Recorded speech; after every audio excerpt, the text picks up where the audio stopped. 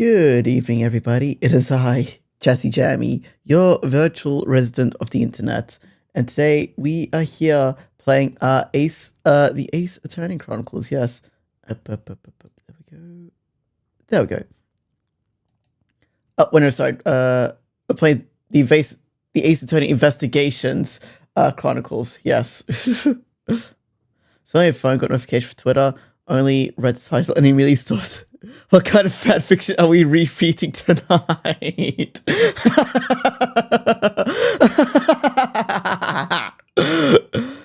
Oh my god, you remember that? You remember that little backstory we made for like the killer and like Rook last stream? We'll make a little continuation of that. Oh my god. Anyway, I hope you all had a very lovely day today. I do apologize for starting stream a little bit later than usual. It was took you 3 seconds to connect the dots, but you've got to admit that kind of story only belongs in. Yeah, I mean, yeah, that is kind of the joke. That's kind of the joke of like the title. Oh my god.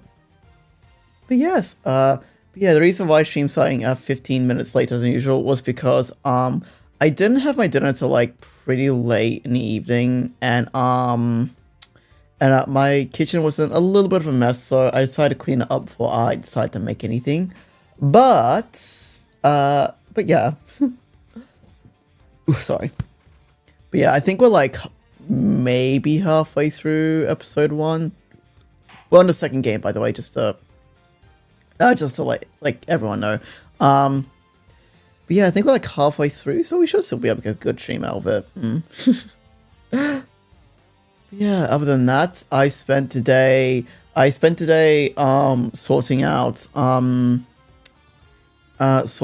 unemployment benefits, because I mentioned before that I do technically qualify for it because of the severely reduced hours I've gotten at work recently, and that's all done. So now I should have some form of income coming in until I'm able to get a new job. Yeah. So now when those start coming in, you probably won't hear me talk about how I have no money and such. Yeah.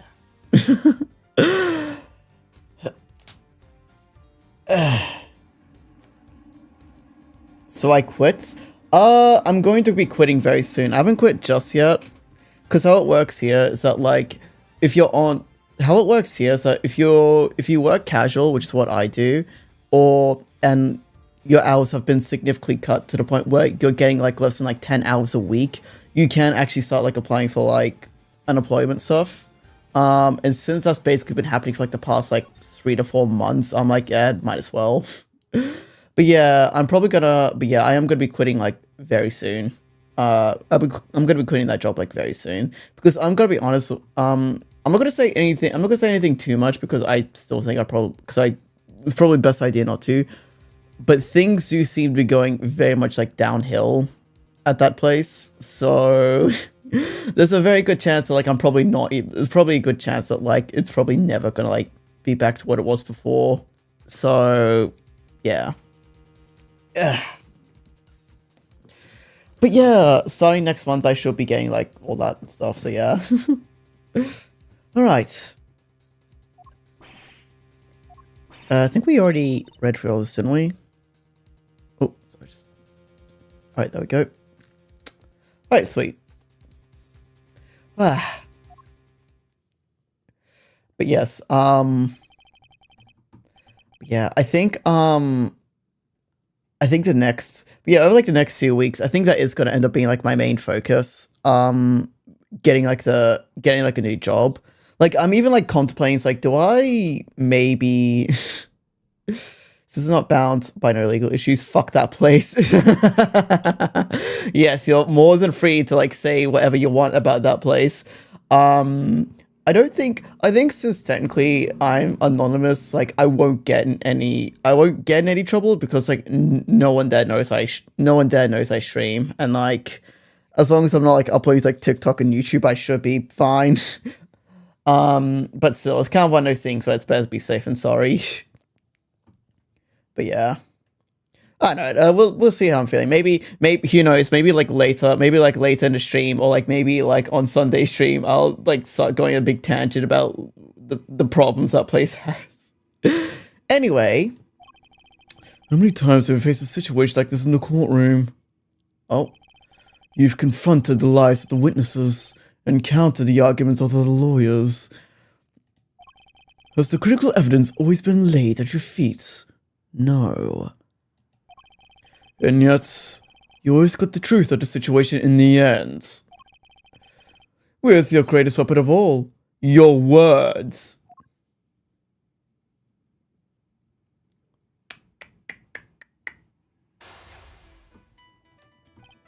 Now, let us analyze the state of play.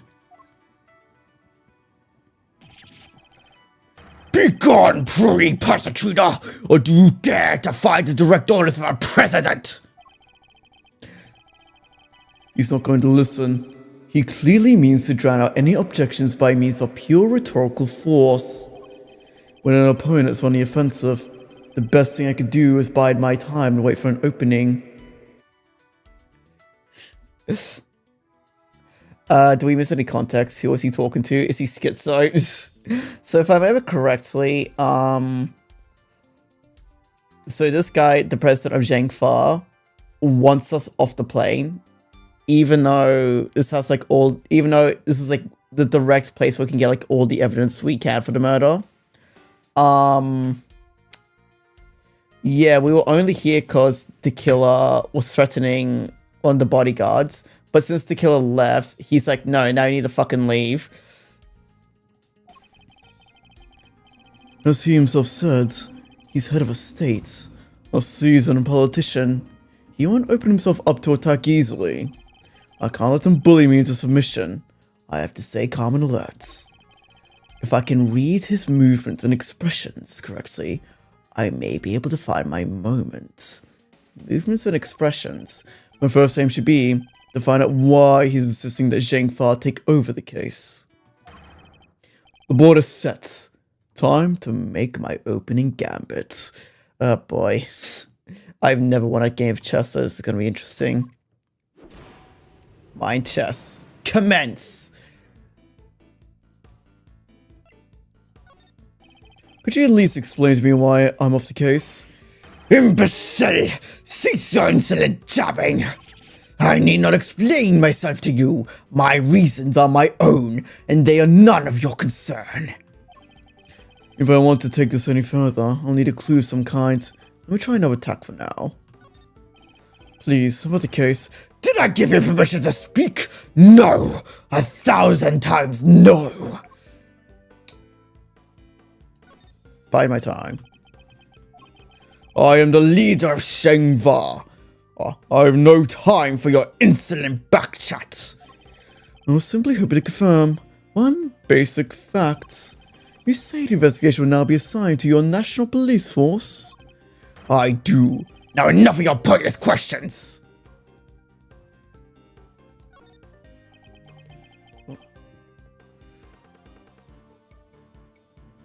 Okay. Good boy. Don't call me that. Oi! Could it be our current location itself is significant somehow? I should keep that in mind. It could be a useful clue. Okay, so do we now? Perhaps it's time to employ my clue. In the course of our conversation, I deduced certain facts from your behavior, Mr. President. For example, you seem particularly aggressive when discussing the current location.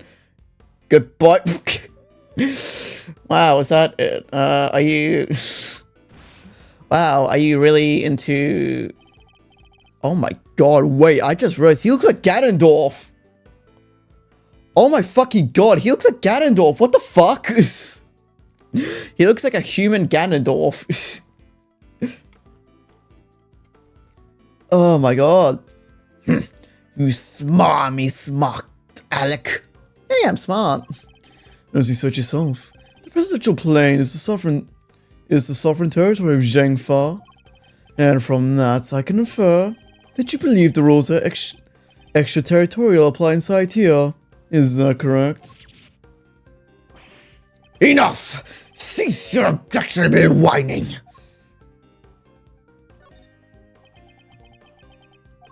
If you have nothing else to say, then stop wasting my time, get out of my sight! Maybe there is such a thing as buying my time too much.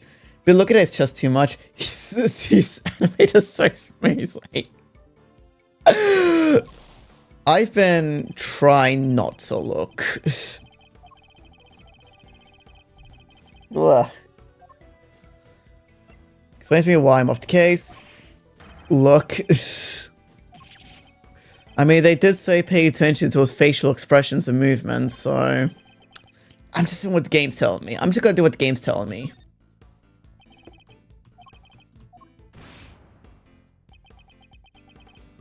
Holy shit, wait, they do... Oh my god, they do give his chest its own, like, individual, like, frame movement. What the fuck?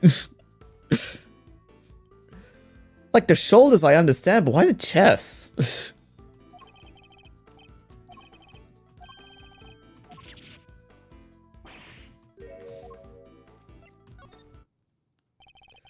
You can rant and roar all you like, but you won't escape my scrutiny.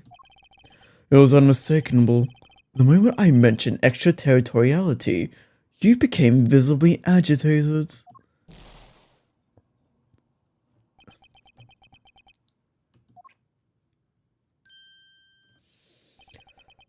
You think you're clever, don't you?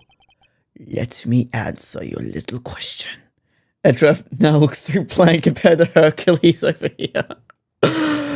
Yeah, my god. Here I was thinking, like, here I was thinking Phoenix and Edrev look like buff men.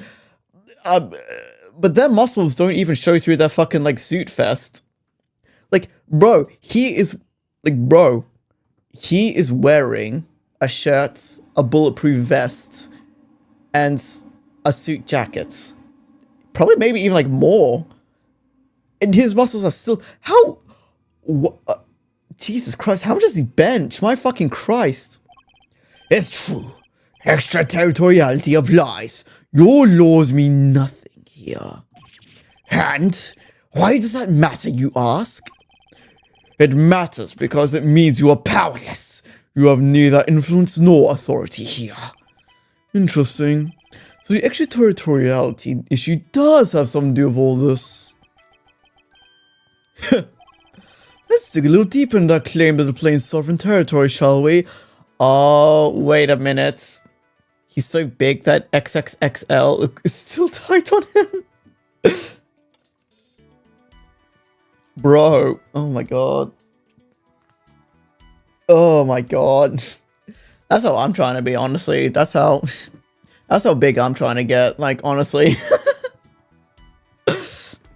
No, like, I've actually, I was talking about with my dad today, because I went to the gym with my dad, but, like, I've been trying to, like, so whenever I'm doing, like, a movement in a gym, I'll, like, hold it in, like, the point of, like, most tension, but I'll hold it for, like, a second longer than what I usually do. And it actually does feel, and the pump, I actually do feel like I get, like, a better and, like, deeper pump from it, but it does mean that, like, I do feel more tired, like, after, like, finishing, like, a set, so... But still, though, like, I guess I'm just gonna have to adjust or just get better.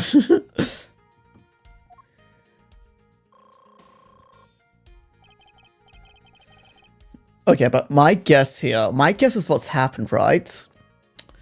Was that this plane, either it's gonna be this plane wasn't made in Zhengfa, or what's happened was that he landed in America, but he had to switch planes, and it happened to be an American plane that we're in right now. So technically that would mean that it isn't sovereign territory.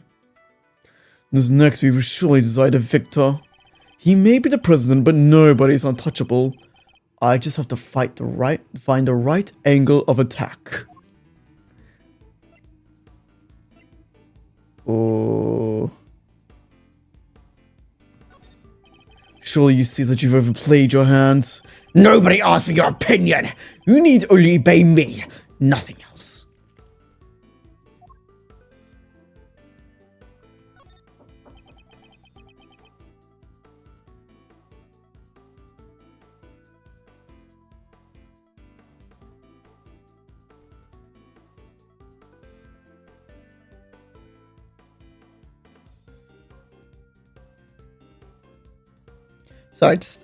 Sorry, I had to, my mum just wanted to ask me something. Damn, that knock was loud. Yeah, no, sorry. It wasn't like, yeah, no, it was my mom, like, just telling me about, like, something to expect next week. It wasn't like a call to be quiet or anything. It's actually too early. It's a bit too early in the night for that. You dare tell me how to govern, how to lead. You dare contradict me! On the matter of Miss Lloyd's guilt, yes, I do. How would this go down, like, realistically, though? Like, in this case, how would this go down? Like, because the idea is that this is extraterritorial, is that this is, like, the territory of Shangfa, so technically fall under their laws. But the victim, but the so-called culprit here, if Miss Lloyd is the culprit here, committed the crime on US soil and is a US citizen. How would that, like, go down? No, she's guilty. She is the culprit. There's nothing left to debate.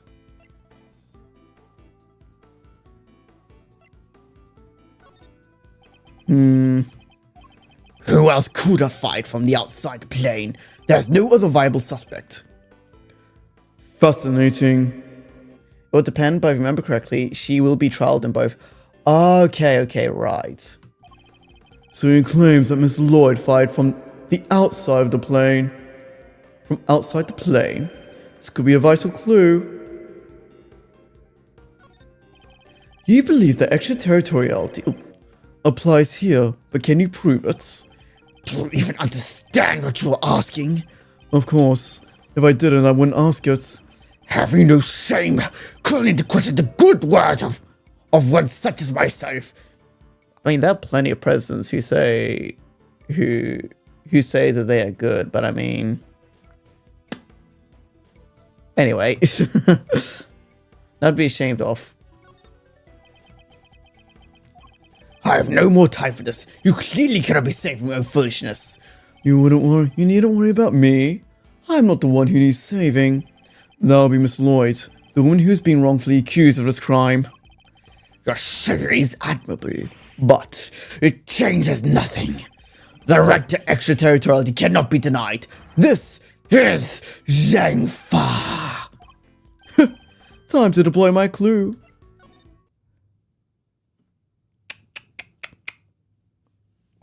I may not be able to call the extraterritoriality of the presidential plane to doubts. However, according to you, she shot you from outside the aircraft, correct? In which case, extraterritoriality could not possibly apply in this case. Alright, but like, but in that case, like, would it be, which country will she be trialed in first? Would she be trialed in the US or Shangfa first? Or would it be a case of like, it depends on like where she's in, like at the moment. Like right now, she will technically be in Shangfa, so she'll be tried in Shangfa first and then the US. Or would it be a case like it doesn't really matter where she'll be tried in like one first and then the other? Your assertion is entirely without merit, and the detainment of Miss Lloyd cannot be justified.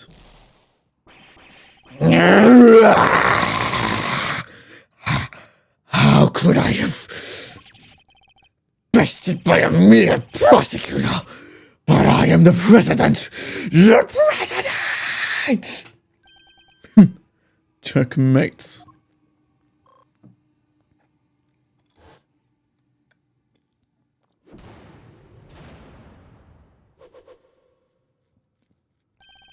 I trust you won't mind if we continue our investigation now, Mr. President.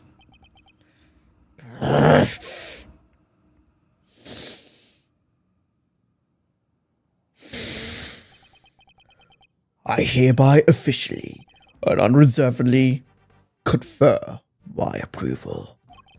Consider a gesture of magnanimity and generosity for which my good office is known. Yes, for that noble act such as that, unmistakably and irrefutably, for which case we hereby. There can be no other outcome, and for the goals of lofty in our hearts. People of Zhengfa, I swear to you here and now, the investigation will continue. Explaining factors, you believe she will be trialed in the US first, then if she's proven innocent in the US trial, then the leaders would speak about what to do from there. Ah, okay. I'm learning so much about US law playing these games. And not even from the games themselves, it's just chat telling me like, oh no, this is how it would work. Wah. Ugh. Oh, that when he could have just said, okay, you got me. Mr. Knight, if we care to return the evidence. Take it. Case evidence retrieved from Mr. Knight, but did we get everything? Is he holding out on us? We did it, Mr. Edgeworth. We sure did. And now the investigation can continue.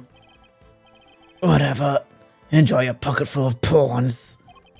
I'll be over here enjoying how you put them into play. Sir, please. Sir, please. I know you got PTSD from hearing about the killer's horrifying tale of his Discord kitten, but I would rather you did not point that towards me. Then you'll definitely enjoy my next move. Mr. President, one more favor, if you would be so kind. What is it? Could you please give us your testimony concerning the incident itself? Now you want me to testify? Whoa, that's your next move! If you want the president to testify, you have to take him to court. All in good time, Mr. Knight. He will get his day in court soon enough. Could that be taken as a threat or something? Oh yes, he will surely fit. Wah.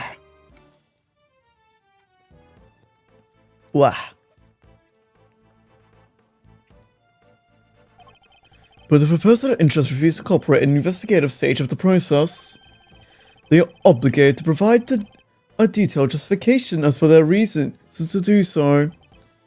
That's... What's the matter? Is there something you rather we didn't know? Stand down, Knight. I'll do as the prosecutor asks. Thank you for your cooperation. Now listen, and listen well.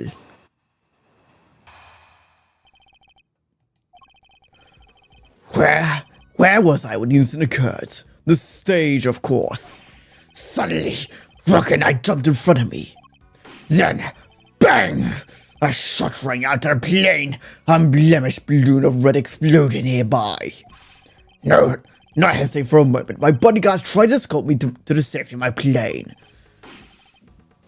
And then, the second shot. The bullet went right through Rook and launched itself in the bulletproof vest I was wearing.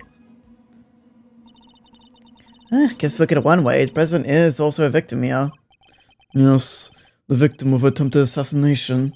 Rook was simply in the wrong place at the wrong time. But that makes it even weirder. Why would the target of a crime try to obstruct an investigation? My guess is that there's something behind all this that we don't want made public.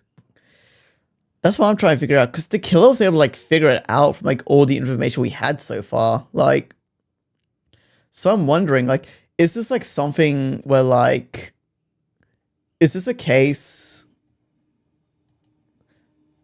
Like, is this a case of, like, we can already, like, figure out what's happening with, like, the evidence we have on hand? Or is it just, or is this just, like, a writing thing where it's like, oh, he's able to figure it out, but you need, like, find new information? My guess... Oh, yeah. A cover-up? I knew there was more to this case than meets the eye. So I think it's a PR stunt. It could vary. That's my lead theory so far. It's a PR stunt that went incredibly wrong.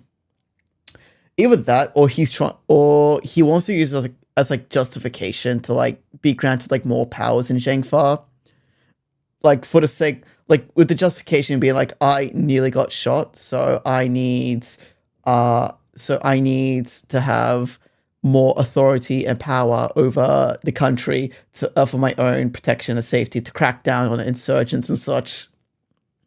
And the president isn't the only one who knows the truth. Isn't that right, Mr. Knight? Time to get to the bottom of this once and for all. Wait. Sorry, no, I was thinking of something, but something didn't click there.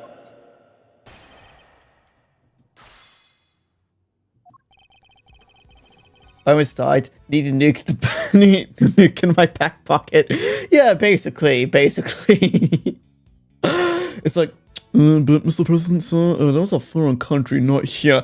Do you dare object to me, you insurgent? Look him up. Yeah, basically that. Yeah, offsite stage, of course. Okay, so wait, let me just take a quick refresher on like what the evidence we have so far. So this is before the shots. This was after the shots. Sorry. This was during the shots. Wait.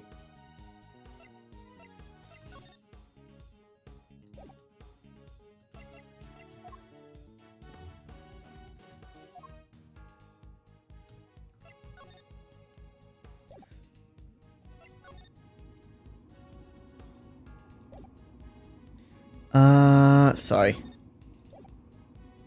How did Rook get shot?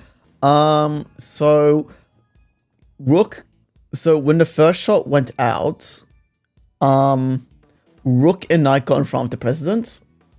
Actually, I think he explains this. Suddenly, Rook and Knight jumped in front of me. Then bang, a shot rang out and a plain unblemished balloon. Wait, what? Suddenly, then bang, a shot rang out and a plane. No hesitating from an instant, my bodyguards tried to escort me back to the safety of my plane. And then the second shots. The bullet went right through Rook and lodged itself.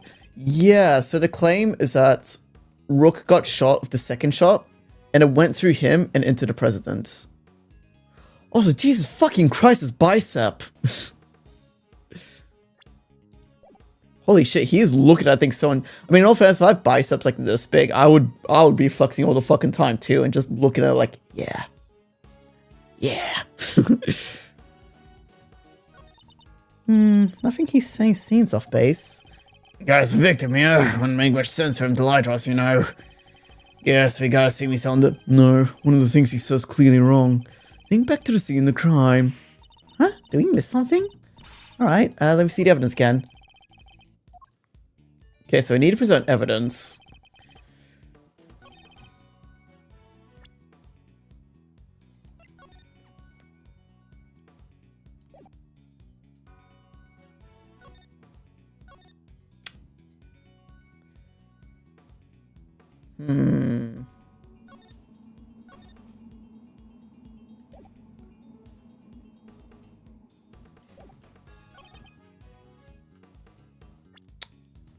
Wait. So he claims that they... Wait, so he's claiming that they went in front of him before the first shot went off.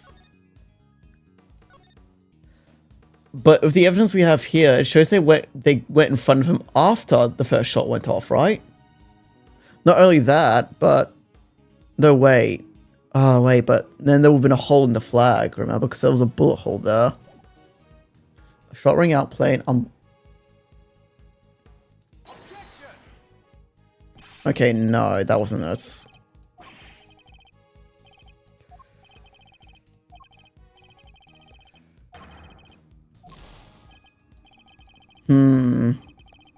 A shot rang out and a plain unblemished balloon of red exploded nearby.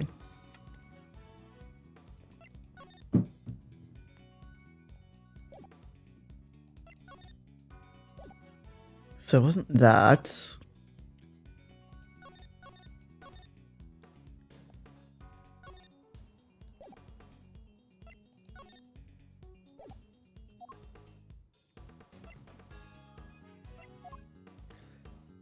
Then an unblemished balloon of red exploded nearby. Okay, there we go. It wasn't a red balloon, it's a Steel Samurai balloon. You say it was a plain red balloon that burst, but I strongly beg to differ. What? Take a look at this. I think you'd agree that it's hardly plain, wouldn't you? No! What? Who is that? Mr. President, meet Steel Samurai. I've hoped you might recognize him. Especially if you're hoping to integrate yourself with the people of this country. Yeah, he watched the German Ninja too. He's amazing. So you see, the balloon that was struck with the bullet was anything but plain. It was in fact the Steel Samurai. But the briefing mentioned 2 plain red balloons. And there they are, right in the security plan. Yeah, but that's the old security plan, dipshit. They do look pretty plain, don't they? Just simple round balloons? Knight! What is the meaning of this? Explain yourself! Yes, Mr. President. It seems Steel Samurai balloon was borrowed at the last minute, sir. Borrowed? That's what we were told. I guess they only reported the incident to us bodyguard, so... Seems there was a little trouble here on the site last night. One of the original balloons burst somehow. So they swapped over to emergency replacements? Yeah, one of the stall holders happened to provide it. From what I hear, he was more than willing to lend it out. A very happy-go-lucky kind of guy, they said. A happy-go-lucky stall holder with a Steel Samurai balloon to spare. Huh. They filled the bottom part of air just to make it look like an ornament balloon. Ah. So while it was a Steel Samurai balloon, it was made to look like a plain red above the water. Is that the long and short of it? Knight! Why was I not informed of this? Sounded more like a PR stunt. Yeah. Sorry, sir. We didn't think it was a pressing issue. And indeed, you saw it and knew no different, correct? Yes, I suppose so. Could you really have mistaken a Steel Samurai pants for a plain red balloon? Okay, Edgeworth, we know you're a massive fucking nerd for the shit, but that doesn't mean everyone is. If you told me what color pants the Steel Samurai wore, I would have been like, I don't fucking know, blue.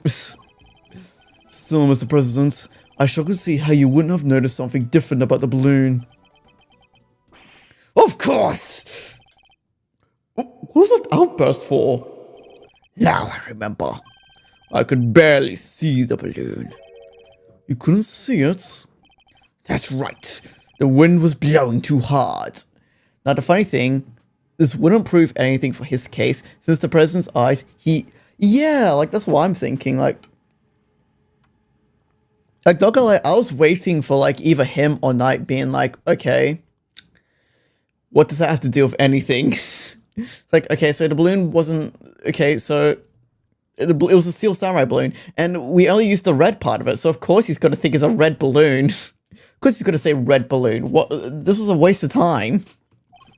The flags in the side stage were flapping inconsistently and blocking my view.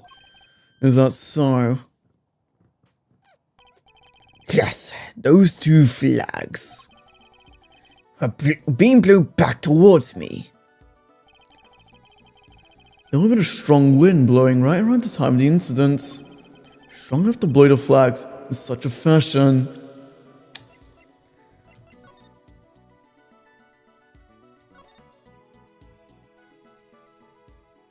Wait.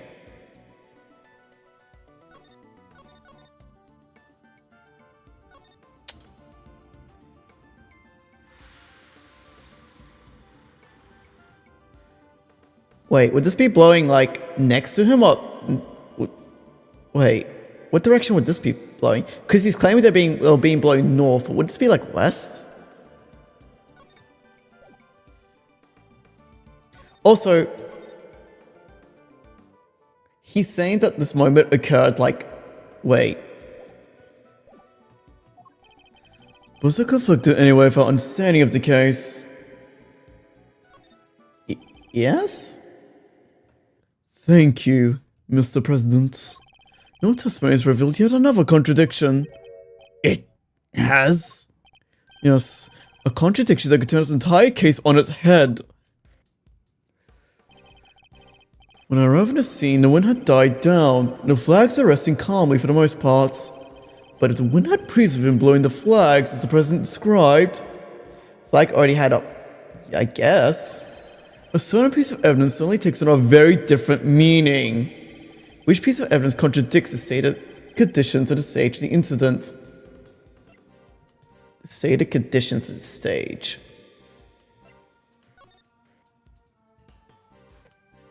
Would it be this one?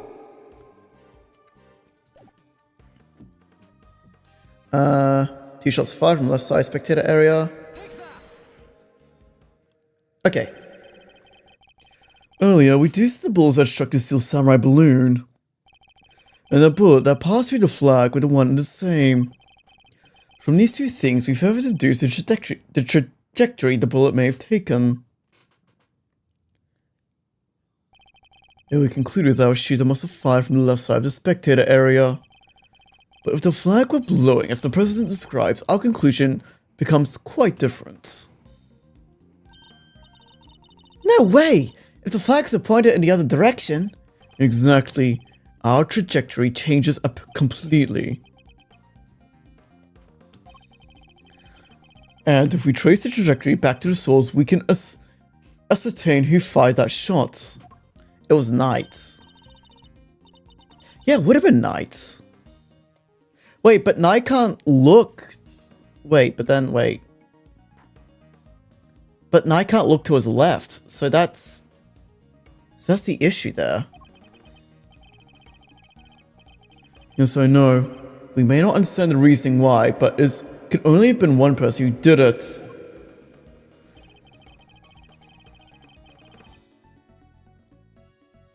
Let's just go with Knight for now. The person who fired that shot was none other than you, Mr. Knight. What? The path from the balloon back to the flag leads directly to the spot where you were standing. Ooh. That guy's one of the president's bodyguards. Why the heck would he go around shooting balloons? This is absurd. What exactly are you trying to imply? That Mr. Knight, a man who has saved my life countless times, is my would-be assassin. Seriously, Edgeworth, we put up a lot for you from you, but this, we're President Wang's bodyguards. We're the pieces put on the board to protect the king. I handle this Knight. Sorry, sir. Mr. Edgeworth, the wind was indeed blowing quite fiercely around the time of my speech. But the wind can pick and die away in an instant, can it not? Therefore, I need proof that I was blowing hard enough to lift the flags during the crucial moments. The first shot was fired around the time the president raised his fists.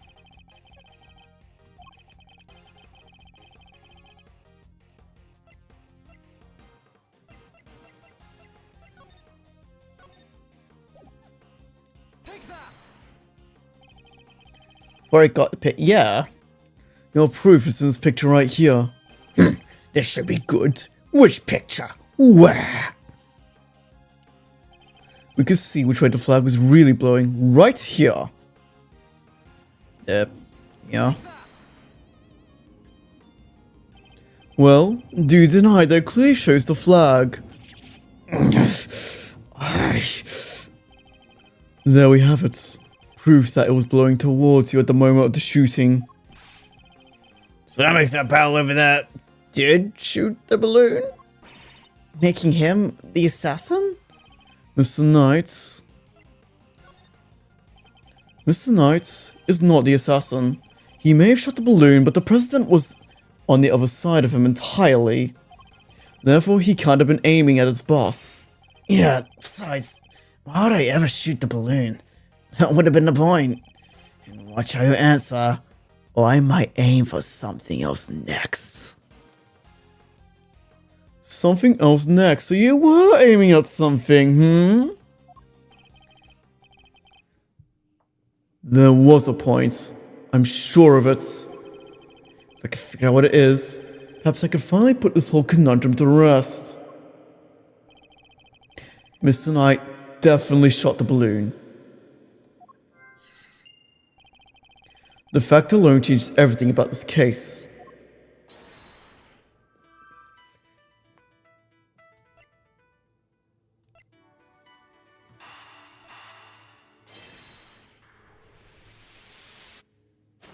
Okay.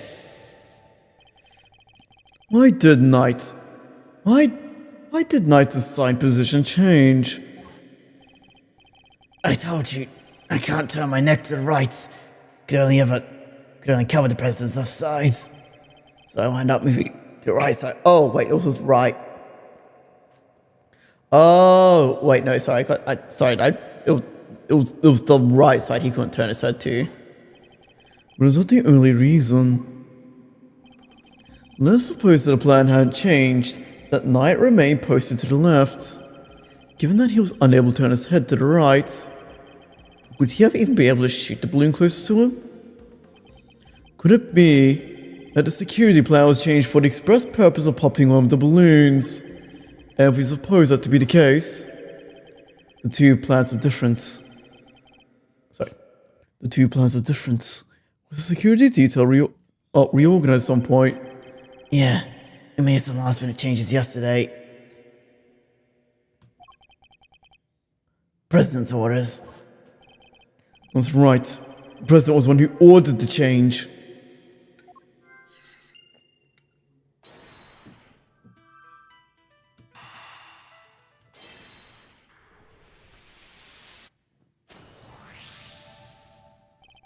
If I'm reading things right, the president knew in advance about the balloon shooting, which means he must have had foreknowledge he would be in some crosshairs today as well.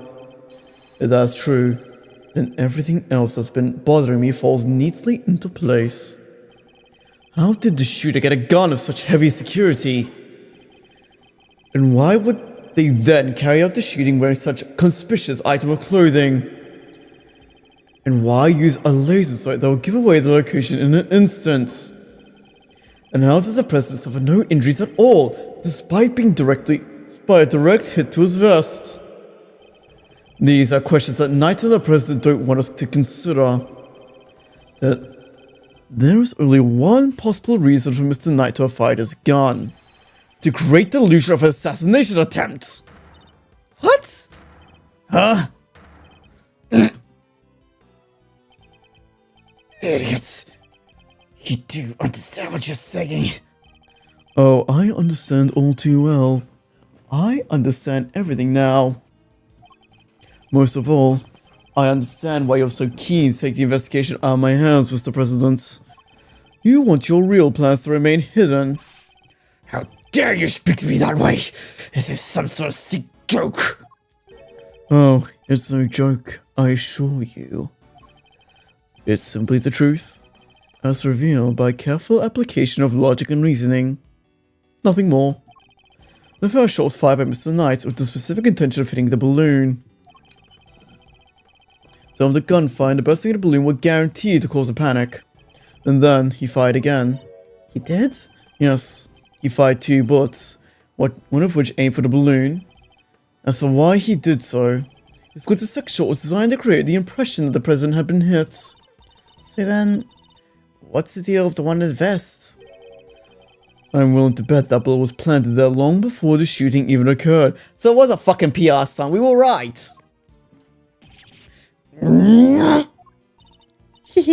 So Mr. Heroic President didn't take a bullet after all. That's not true! Oh, shut, I tell you! We'll be able to verify that for ourselves once we take a close look at the bullets. At the very least, we can expect to find traces of Mr. Rook's blood on it. Correct? Please don't throw up in my face.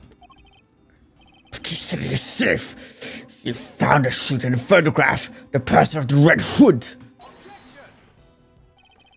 I thought I made myself clear. The trajectory points to only one possible shooter, Mr. Knight. Then where does Tabby fit into all this? She was simply one part of their plan. In order to place suspicion elsewhere, they set about creating a fake assassin. The highly suspicious person with the red hood. I've yet to ascertain exactly how complicit Miss Lloyd was in the whole scheme, but I could say with some confidence that none of the shots were fired by her. I suspect her only job was to point a laser sight at the presidents. That's right. Then, I was tasked with turning her jacket inside out the moment the crowd flew into a panic. Yes. Thus making the mysterious red hooded shooter disappear in a blink of an eye. Then when the gun's security plan were later found in the trash can, it would have all appeared to have been the work of assassins so skilled they could vanish into thin air. But then the case could have gone cold. Exactly what our friends were hoping for. Makes sense why they wanted you off the case. Indeed, because the entire affair was a cheap ruse perpetrated by the president himself.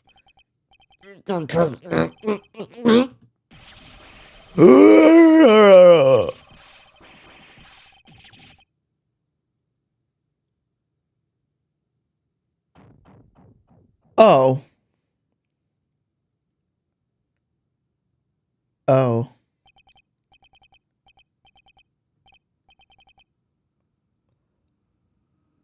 Okay, now he's looking more like a president.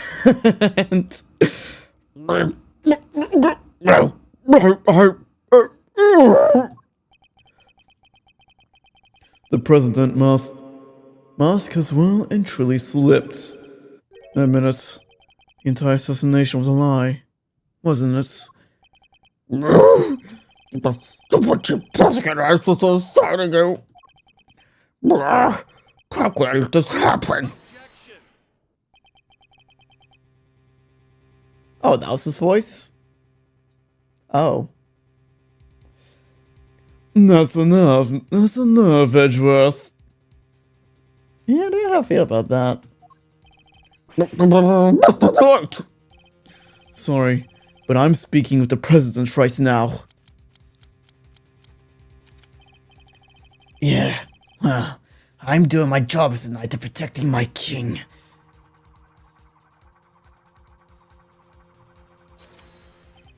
So go ahead, keep running your mouth. Perhaps it would be better if you stuck to threatening each other with words. He wouldn't, would he? Nah, I don't need this thing to shut you up. Alright, my move. Question. You claim I fired my gun from on stage. How did you figure I did that? In front of a crowd of thousands. An excellent point. Time for my counter move, I suppose. You would have said something that allowed you to conceal your actions. Asserted something, mighty specific. What did Mr. Knight use to hide his actions from the crowd?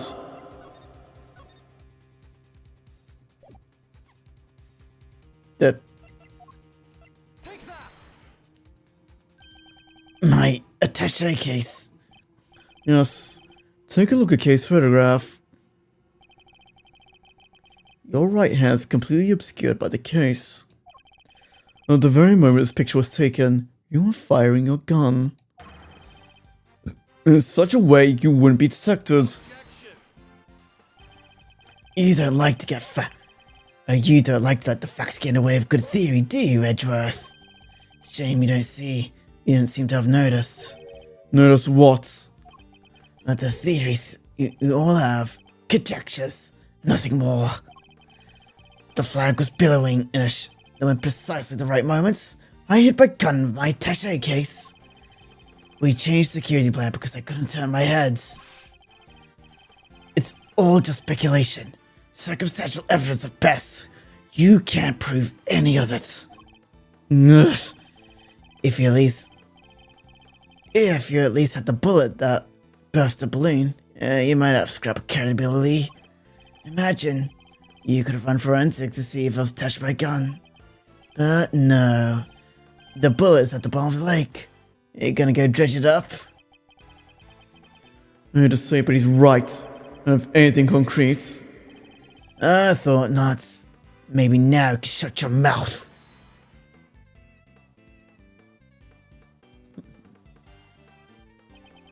Miss Lloyds? Of course. She could shed some light on this whole situation. I just need to get her to talk. What's the matter? Something you want to say, Miss Journalist? Nah, never mind. That's what I thought. Miss Lloyds, I need you to be brave. If you don't speak up, the truth will be lost forever. You are a journalist after all, are you not?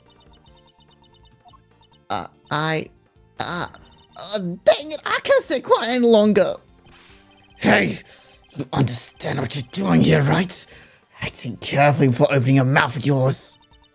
I was so focused on bagging my scoop, I forgot the most important thing of all. Real journalists don't lie. I ain't no dang scoop if it ain't the truth. I'm sorry, Mr. Edgeworth. I should have showed you this before. What's this? It's a laser pie. It's the president's. But that's all I done. I never shot nobody. You stupid! That's what I told you. You screw. You go down as an accomplice.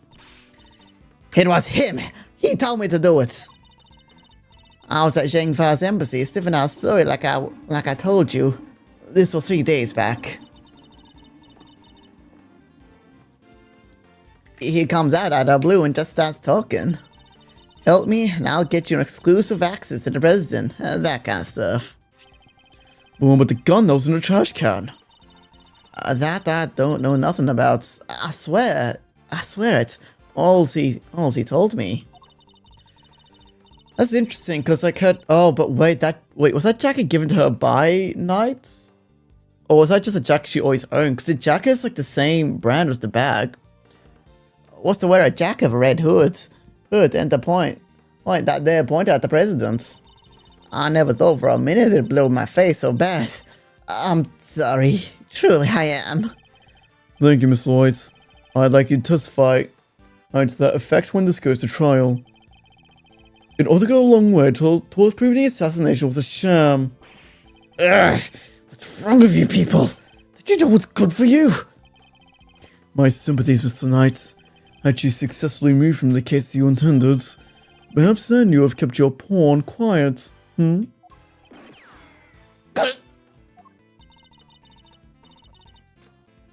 let me get it straight. You told Tabby, if you let us about a fake assassination plot, we'll have you convicted for murder. Or something like that. Of all the dirty! I said no such thing.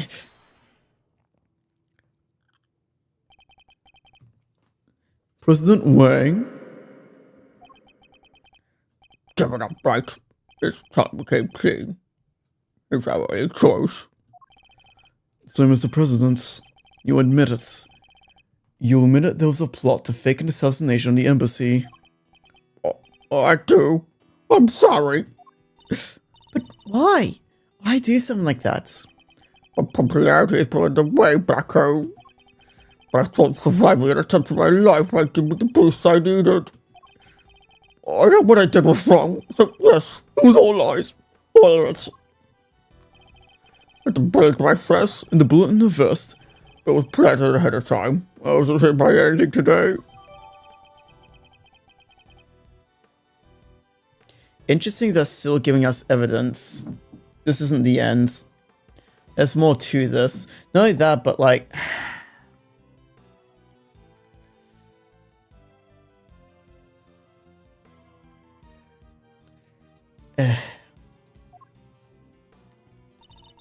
But then, what was up with the killer? A plan got out somehow. And then he disappeared. He went to turning our fake assassination into a real one. Hence the red raincoat, I suppose. He'd hoped to get close enough to the fake assassin. Hey, to finish the job. There's one thing I don't understand though. Oh, and what would that be? Why did Brooke have to die? If the whole thing was fake, how did he wind up getting killed for real? That's true. Therein lies the real question. Yeah. Yeah. He was a fine bodyguard, the best in fact. He made a midnight, made a fake crap, but he was someone I could fully trust. Mr. Rook must have been really something to gain the trust of someone who'd must have been really something to gain the trust of someone who'd hide his own shadow. Sounds like as trustworthy to the president as I am to you, huh, sir? I believe that's what me to say, detective, not you. Yeah, like I still think there's like more to this case than. Again, like this feels like one of those. It feels like, again, I know I say this a lot, but it really is like that moment in a movie where like we did it. We beat the bad guy. Why is there 20 minutes left of the movie?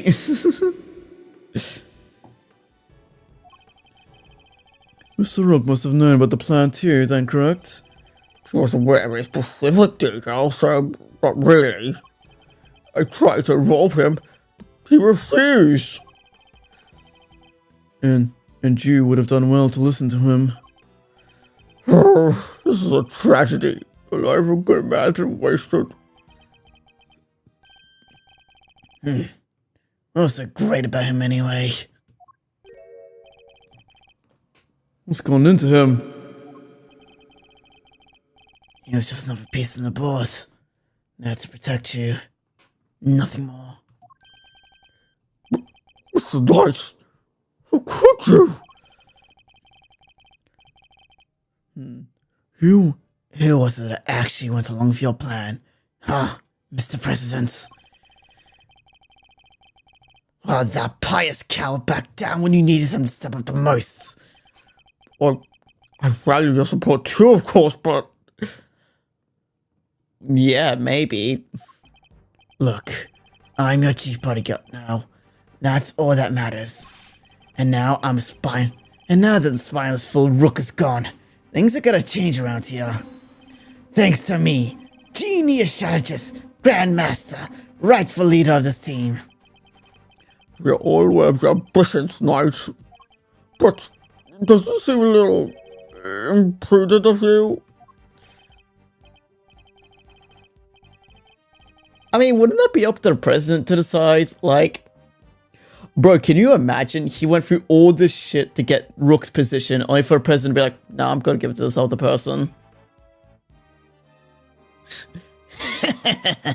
Why? My plan this time was perfect, as they always are, and they always will be.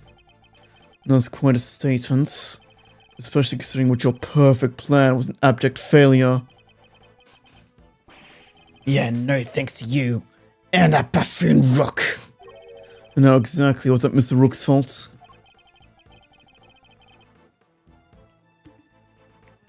If he hadn't died, the killer would never come after me. And I wouldn't have had to let you on this plane. Please, Mr. Knight, you mustn't talk like that.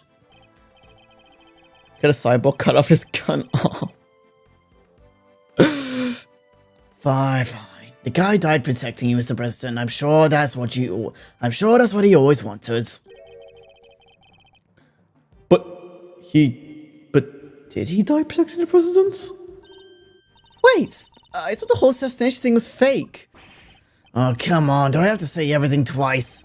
We planned a fake assassination, but somebody else came along and tried to make it real. 2 shots were fired, remember? Like you said, Edgeworth. One of them was the bullet that shot from the balloon, but the second, that wasn't me. Oh, really? Then who did fire it? The real assassin. But not the killer. His plan was to come after the president with a knife. No, the most important likely suspect here is the piece cowering in the corner.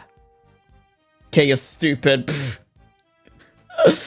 Yeah, yeah, you see, she kind of gets this debuff whenever she's around Gumshoe. where she... Oh, wait, no, sorry. It's Gumshoe that gets the debuff from being around her. No. Okay, yeah, no, she's just stupid. She's just stupid. Never mind. Sorry. Yeah, no, whenever K's around anyone, they get a debuff where they become significantly less...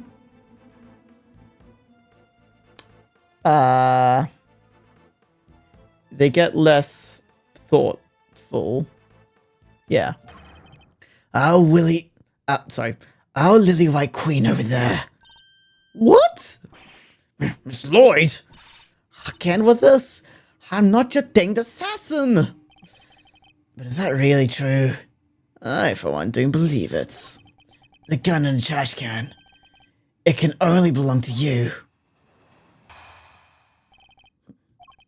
As soon as I shot the balloon, I rushed over to help Rook escort the president into the plane. I left Rook here in this room while I secured the president to a safe room. When I came back out, Rook was lying down on the ground. Miss Journalist must have shot Rook while he was escorting the president off stage. That single killer shot was fired by the gun you found in the trash can. So you're saying Kate... So you're saying around Kate, she gives you negative 18 on to... Yeah, basically. Yeah, she absorbs your brain cells and then they kind of just eviscerate into the void that is called her mind. So you don't actually know when the victim was struck by the bullet, do you? The knight doesn't protect the rook, Edgeworth. He protects the king. You want to translate? He means that his only concern was protecting the president. Lose the king, you lose the game. Isn't that the first rule of chess? But a win in which a key piece is sacrificed is a hollow victory indeed. Doesn't matter. It's still a victory. I kept the president safe. I win. Well, it was a bit early to be calling a little match in any case, for this is where our battle really wins.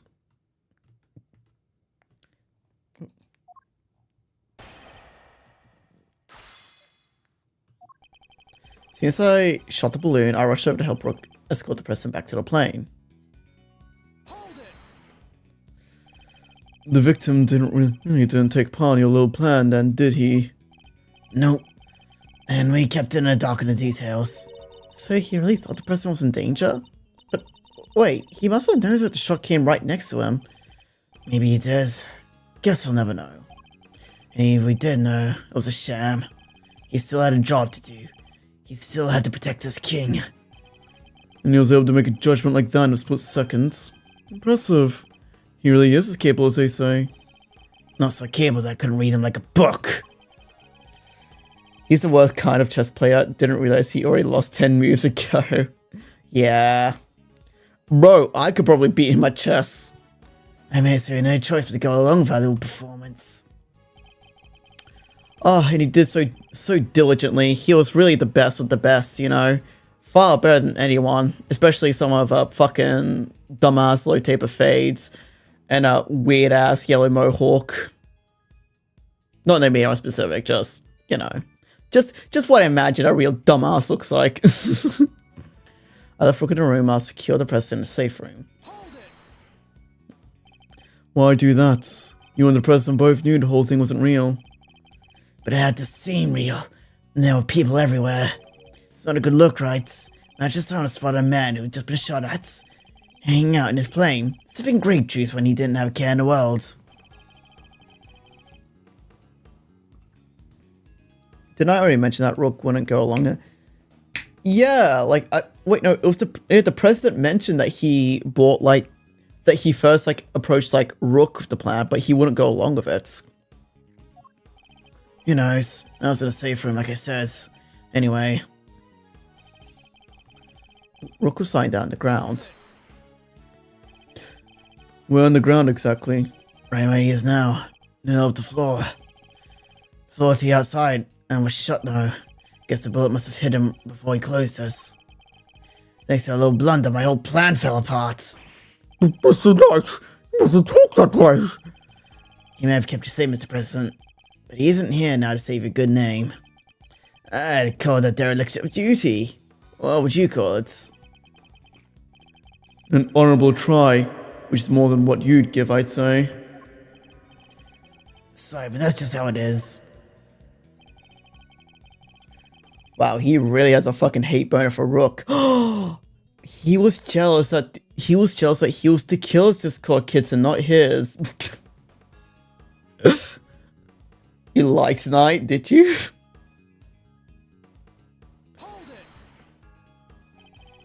Weren't you and Mr. Rook both carrying bulletproof attaché cases? Now I want him dead. Yeah, he can die. Yeah, I hope I'm right.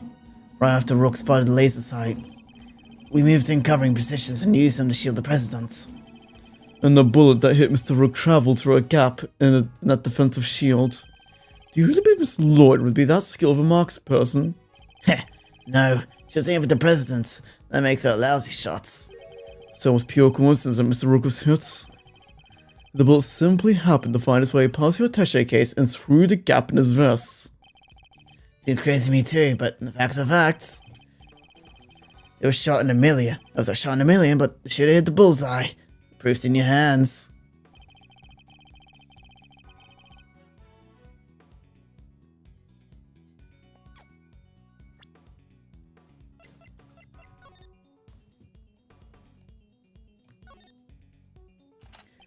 Oh, some kind of grey fox appear to fuck up Knights. Wait. Single shots? Wait, but there are two... A single kill shot. There were two bullets missing though. So you could turn that was you who shot the balloon, and Miss Lloyd that shot Mr. Rook? Are you sure about that? Sure, I'm sure. Well, what you propose would indeed match up with the total number of shots heard. The gunfire from the trash can itself had been fired twice. Damn, just missed some. Now why would I suppose the number of shots heard from the gun and differ from the number of spent rounds? It's simple, because it was planted. Planted by the real perpetrator of the crime. Somebody faked the evidence? Yes, if you think about it, the reason for doing so is obvious. To ensure that whoever found the gun would conclude that the killer had been in the spectator area. And in order to do that, they had to make it seem as though both shots had come from this one weapon. I get it. So that's why the gun got two spent rounds, huh? Precisely.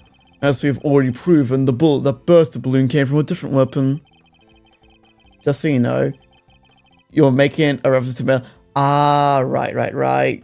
Okay, yeah, no, I would not have gotten that in a million years. Ah.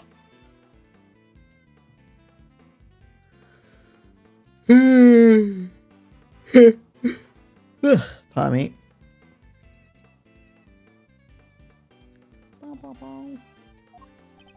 Heh, nice work, Edgeworth. That's some high-grade sleuthing. Why don't you get to the point? You've come this far. Spit it out. Oh, I tend to, don't worry. Because you call them Ocelot in first game a cyborg ninja called Grey Fox cuz...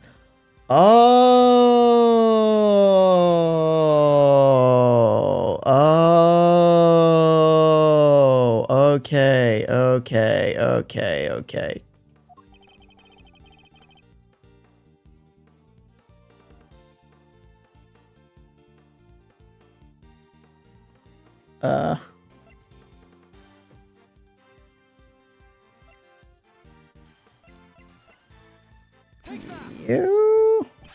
You, Mr. Knight, you're the one who murdered Mr. Rook. Oh, finally got the courage to say it, huh? Hold that. Sure you wouldn't have. You know, it wasn't only the killer who tried to take advantage of the fake murder plots. You killed Mr. Rook, hoping that he would look like an accidental victim of the bungled assassination. The president locked away in a safe room, the door of the airplane tightly closed. It was just you and Mr. Rook, alone, together. At that moment, the third bullet was fired right into your colleague's body. Wait, you're really gonna claim there's a third now? I just need to stay quiet. And he would have got away with everything. Yeah, that doesn't happen a lot in the series.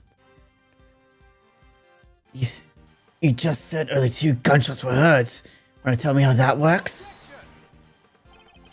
Airplane cabins are practically soundproof tonight. If you close the door, nothing can be heard from outside, not even gunfire. But wasn't the president right next door? Very true, which means he may have heard a shot himself. Well, Mr. President, I didn't hear anything. But you can observe this room for your own security fee, can you not? The camera screen was normally on. I have to rarely switch it on when I enter the safe room. And that's what you did this time too, right? Well, that is... What's gotten into him? Mr. President, this is vitally important.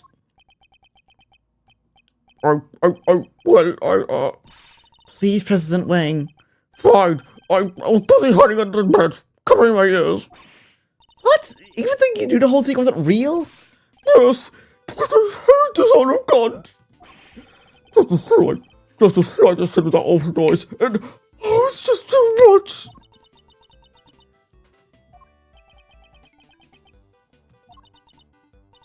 Ugh. That there's than a butter of overcooked crawfish.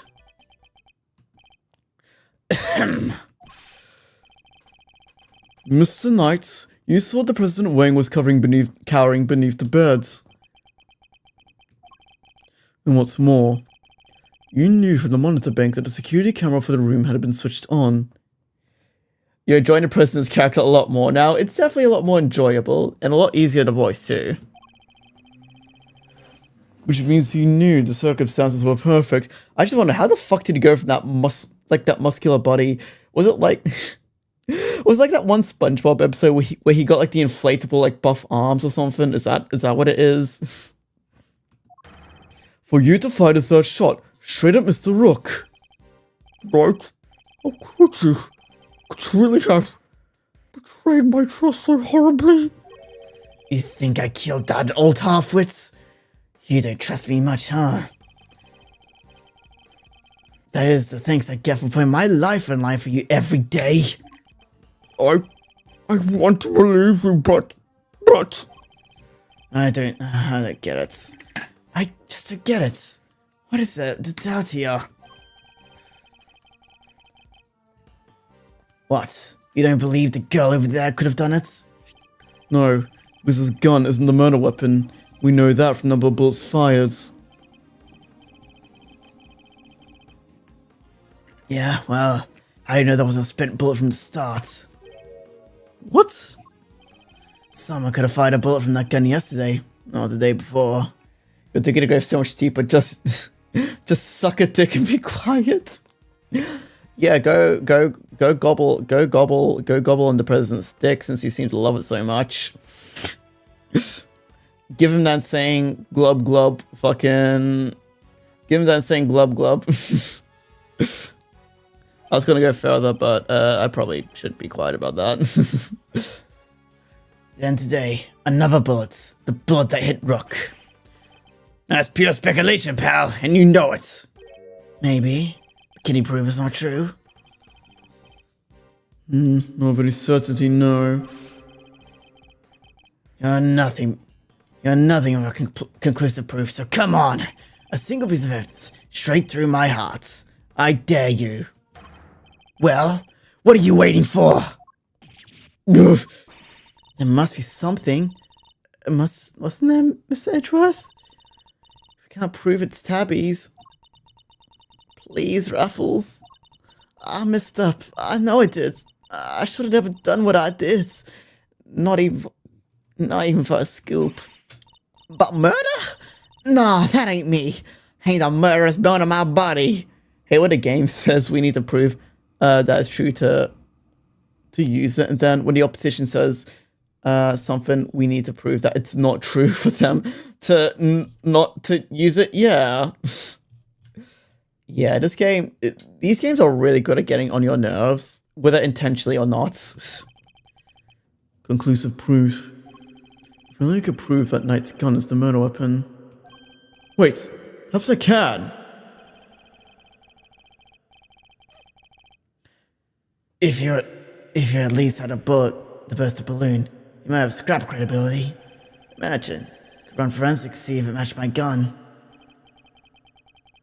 If we had the bullet that killed Mr. Rook, forensics could tell us which gun it was fired from. No proof, no case. End of conversation.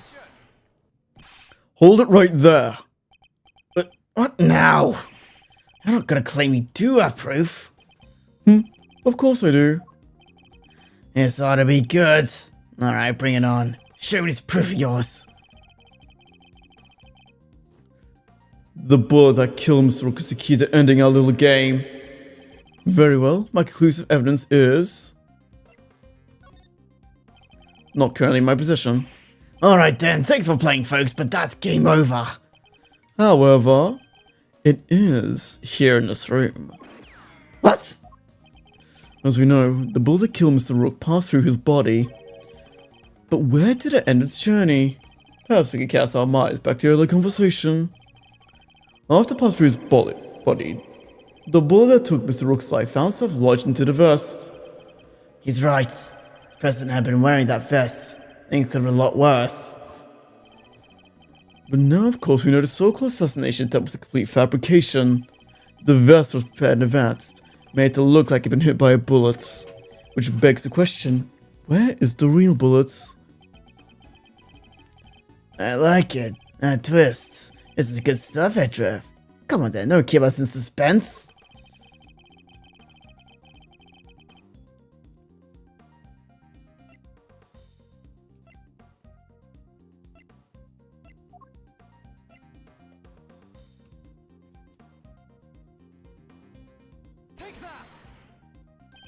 There is something very clearly missing from this room.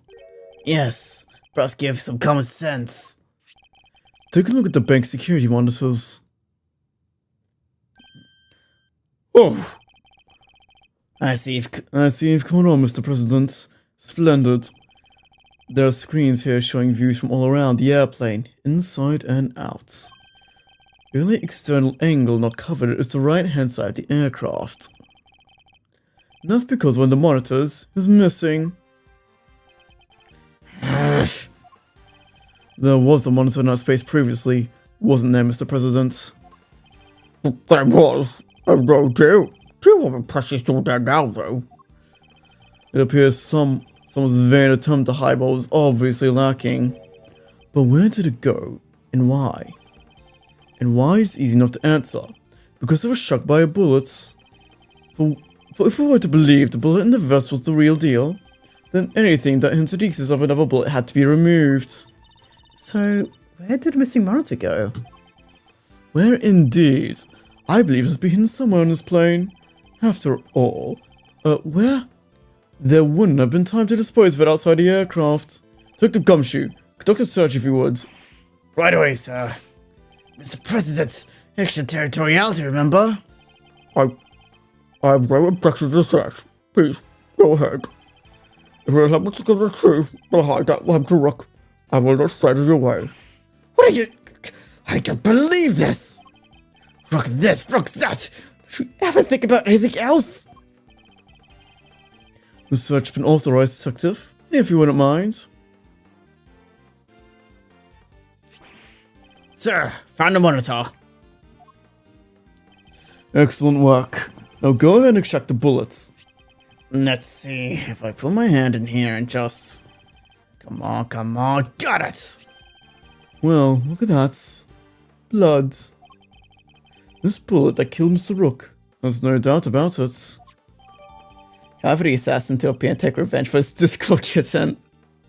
That'll be extremely funny. Yeah. Did you think I was done with you? No. You took something precious from me. Very precious indeed. My little princess. My kitten, if you will.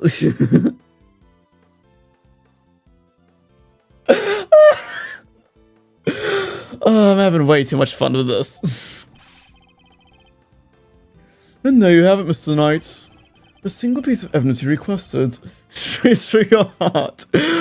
Ew. Hey, I wasn't trying to make it pretty, alright? Even you must admit it now. If this bullet didn't come from the spectator area gun, then Mr. Lloyd cannot be Mr. Rook's killer.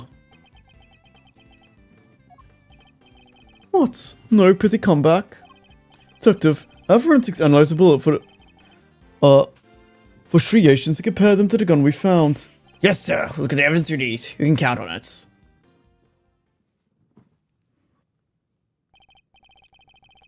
Jesus Christ, this gut hang is so fucking low. Alright, let's see what forensics has to say. Our findings are as follows, sir. Firstly, the blood in the bullet is indeed that of the victim. Proving that the bullet that killed Mr. Rook. Secondly, we found Mr. Knight's fingerprints on the gun. Probably from when I handed all the evidence over to him. The rest of the Digimon Time Chain just doesn't hide its story. Yeah? Now for the key part. The striations. If they're not a match, then Mr. Lloyd is in the clear. Lastly, the striations on the bullets are a match with the weapon. Oh. Oh. Ah. What? But how could that be? No way! Aw, come on! There's no doubt about, sir. This is the gun that fired the bullet. Either on your own or the edit stream. I want you to click New Game Plus and pay attention to the scene as you... Ooh, okay. Also, sorry, I really need to go to the toilet, so I'm gonna just quickly go and do that real quick. And also just give my throat a real bit of rest, so I'll be back in a quick minute, alright? So just behave yourselves while I'm gone. Bop, bop, bop.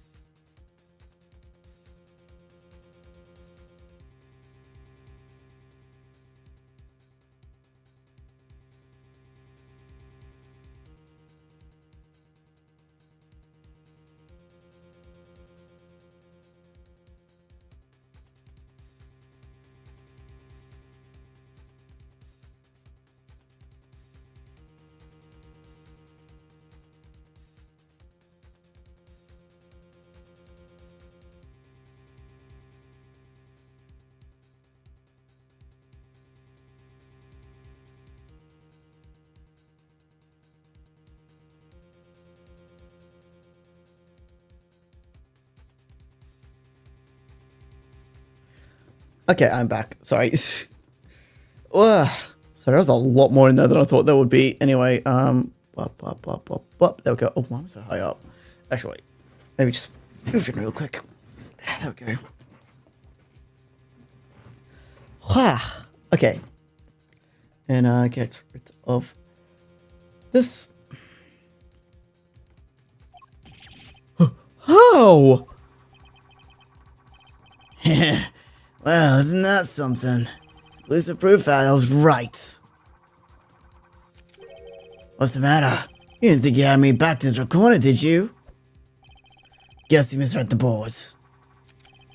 Because the only one back to the corner here is you. Ooh.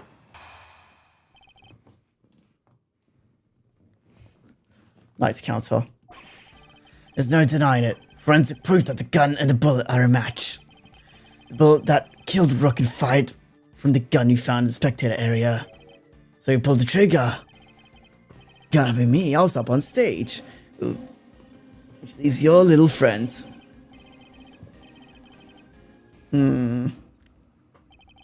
Your move, Edgeworth. Just remember 2 things. 1, where you found that gun. And 2, which gun the fatal bullet came from. Whichever way you look at it, I can't have been the shooter. How did it come to this? Me and the President, we admitted to faking the assassination attempts. Now it's your turn to admit something. Who the killer really is. There's no way Tabby did it, is there? Don't let him get to you, Kay. We just need to go over his statements again.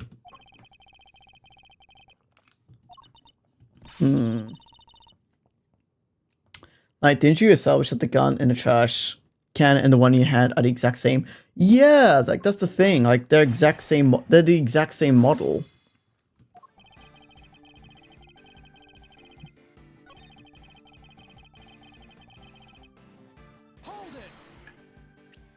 Mr. Knight. No, you hold it. You're the one who proved this. Or are you saying that forensics is wrong? The bullet had the victim's blood on it, which means it must have been the one that took his life. And if it does seem to have fired from the gun we found in the trash can. Don't you just love this? Your face, Mr. Edgeworth. What a picture. Let's see great facts as they are, move on.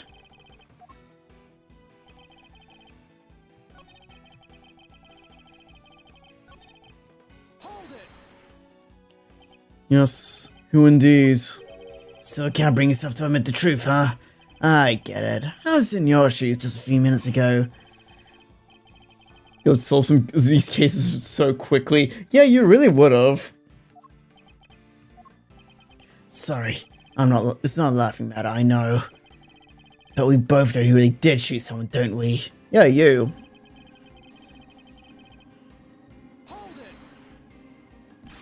What proof is there that Miss Lloyd fired that gun? What proof? How about the forensics you ordered? They didn't find a fingerprint, so did they? Yeah, the only print I found was yours, pal.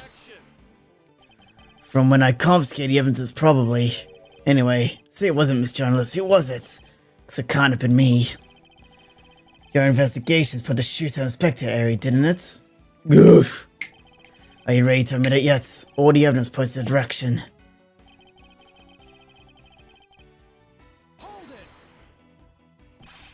That's not what I proved at all. Oh yeah? So what did you prove? Still trying to explain how I fired the first shot? Sure, you proved that, and I admitted it. But so what?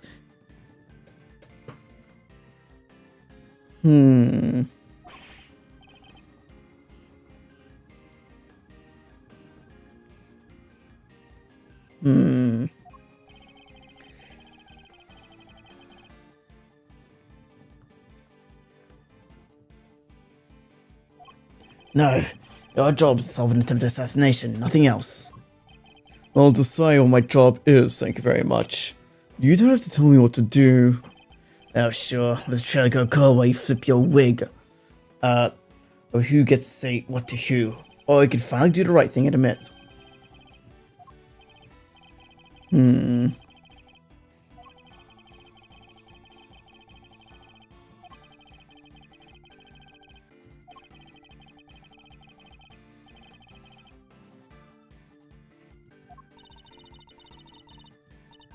Wait, did he swap his gun out for like the one in... Wait, did he... Oh, he swapped the guns. Same... Oh...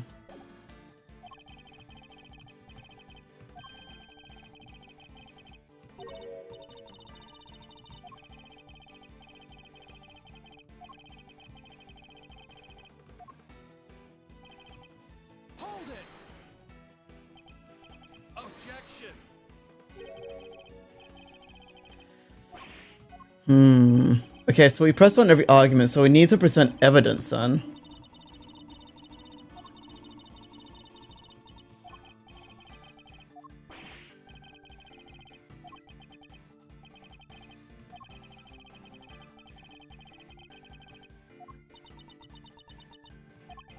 What is it, Kay? I was just thinking, the evidence points to something that doesn't seem possible. Then maybe there's something wrong with it? You're asking me to call the evidence into question.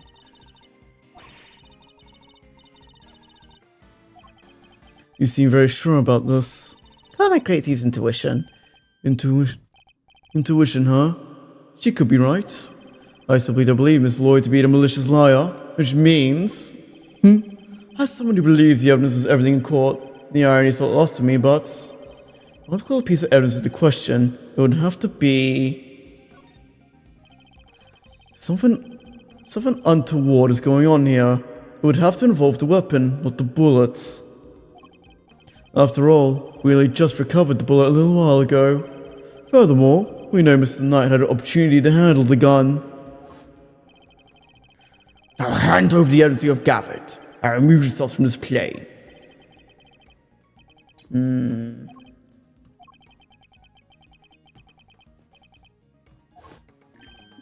Indeed, he had ample opportunity. Sorry. There's no doubt that this gun is the weapon that was used in the crime, which means it must belong to...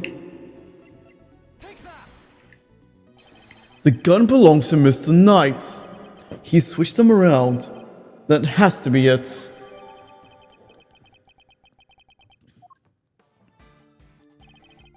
Bullet killed Rook was fired from the gun. You found spectator area.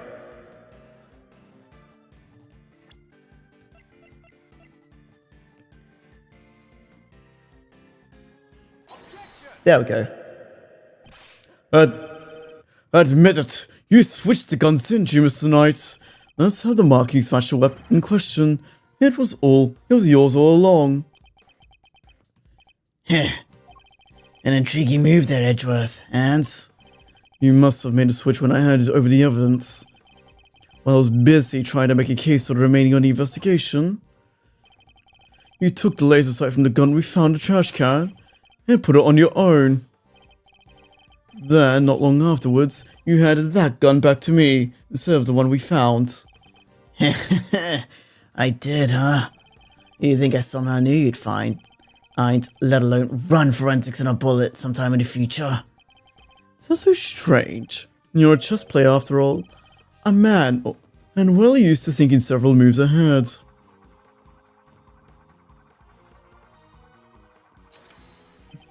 I'm flattered, but much as it pains me to admit, you're overestimating my abilities. Besides, do you have any proof that I made the switch?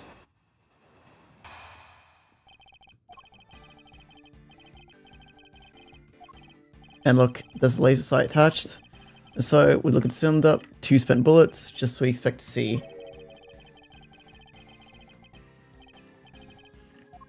You say I'm overestimating your abilities. You surprise me. What can I say? I'm a modest guy. Almost for you, that's for sure. Everything, everywhere except at a chessboard, that is. Well, I don't see a chessboard here, do you? Shame. Still, guess it only gives you a nice excuse. I didn't mess up. I just didn't have the right evidence. I don't think I'll be the one making excuses. Rather, I didn't mess up, and they just got lucky if the evidence will be your excuse, I'd imagine. Okay. Same old as mine, weird, sure, but it's just a coincidence.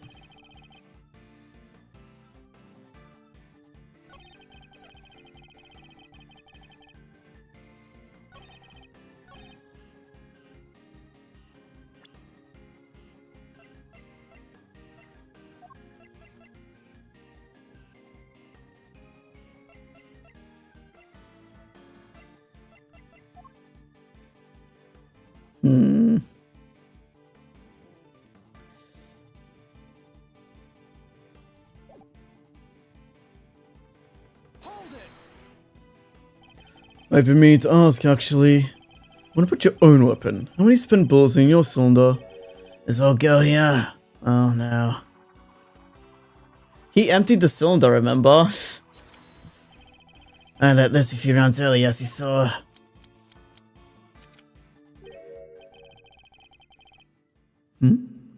He reloads his gun every time he fires it. But even if I were to tell you how many there were at the time, you have no way of verifying that. Of course! In order to stop the guns properly, he had to maintain the right number of bullets per gun. He didn't have a chance to put on any gloves, though, which means...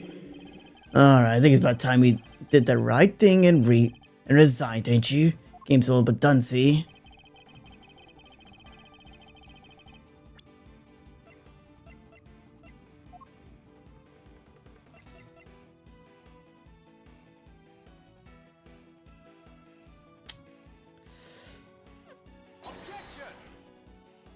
Okay, no, so that wasn't it.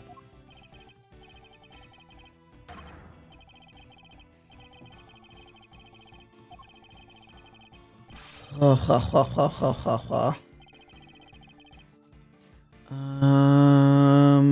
Hmm.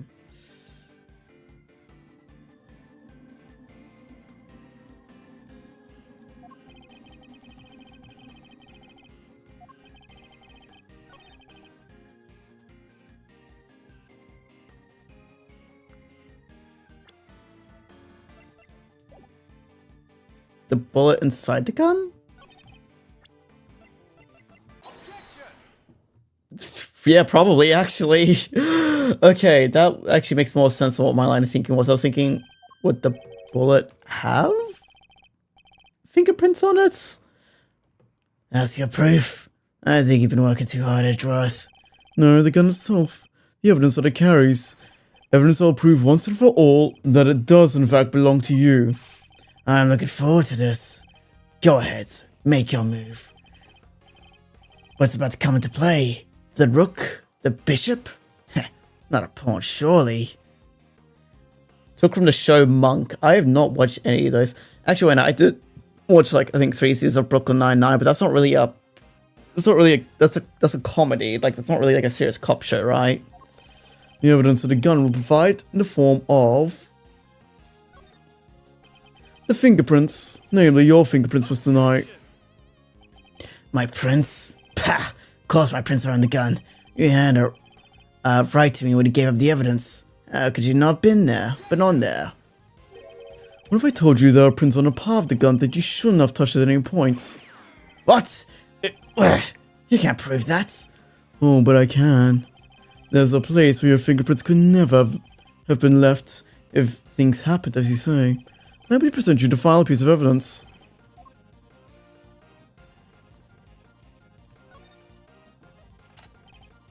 Here, look closely at the cylinder. Oh, yeah.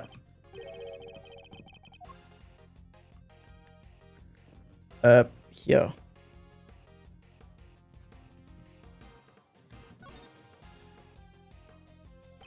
You did indeed switch the guns when I handed you the evidence.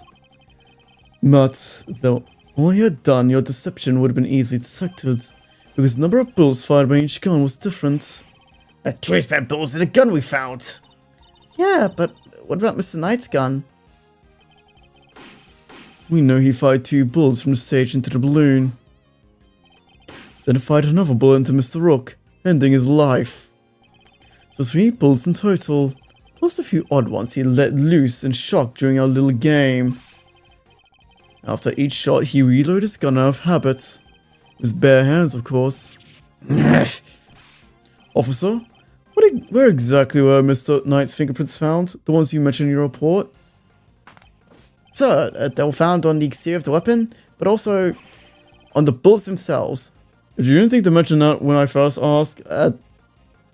No, I didn't think that would be relevant. Every part's relevant! Keep this up and I'll have you equal the pay of Gumshoe. So I'm getting a raise?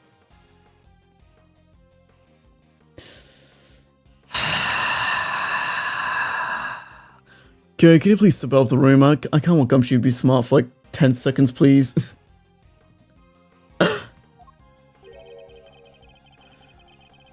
I'm not sure they could have gone there, just from me handing you the evidence for tonight. That's... And there we have it. Proof that you did indeed switch the guns. This gun, the one which fired the bullet that killed Mr. Rook, is yours. And taking his life, You are the true assassin. I did it. Checkmate.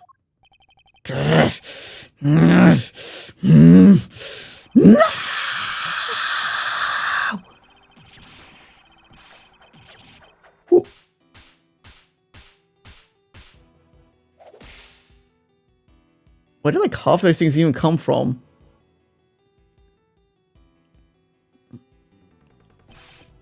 I was going to be to do chief security. That blasted Rook. If it hadn't been for him, I would have been in charge by now. I would have been in control of the whole team. My plan was perfect. The fake assassination is supposed to be flawless.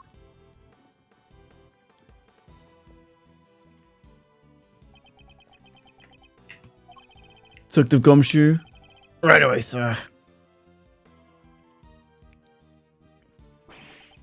Curse you, Edgeworth! Our game isn't over yet. I'm afraid this is as far as we go for today. The next moves we play will be in the courtroom. But it's not fair. It's not fair. Episode referencing some lady killed her husband, crushed her leg by ordering an elephant to step on it, then tape a walkie-talkie to the back of the elephant's ear. Then, when someone who knew what she did put their head under the elephant's foot, she gave the order and it crushed the guy's head. She was caught before she didn't wipe her fingerprints off the battery inside of her. Holy fuck. Okay, that is... Holy fuck, alright, that goes deep. Mr. Edgeworth, I owe you a debt of gratitude. You exposed a murderer within my ranks for my own personal regards. I will not soon forget that. He's suddenly very presidential again. Now that we're back outside the plane. I saw it, you know, when I first proposed a fake assassination to him.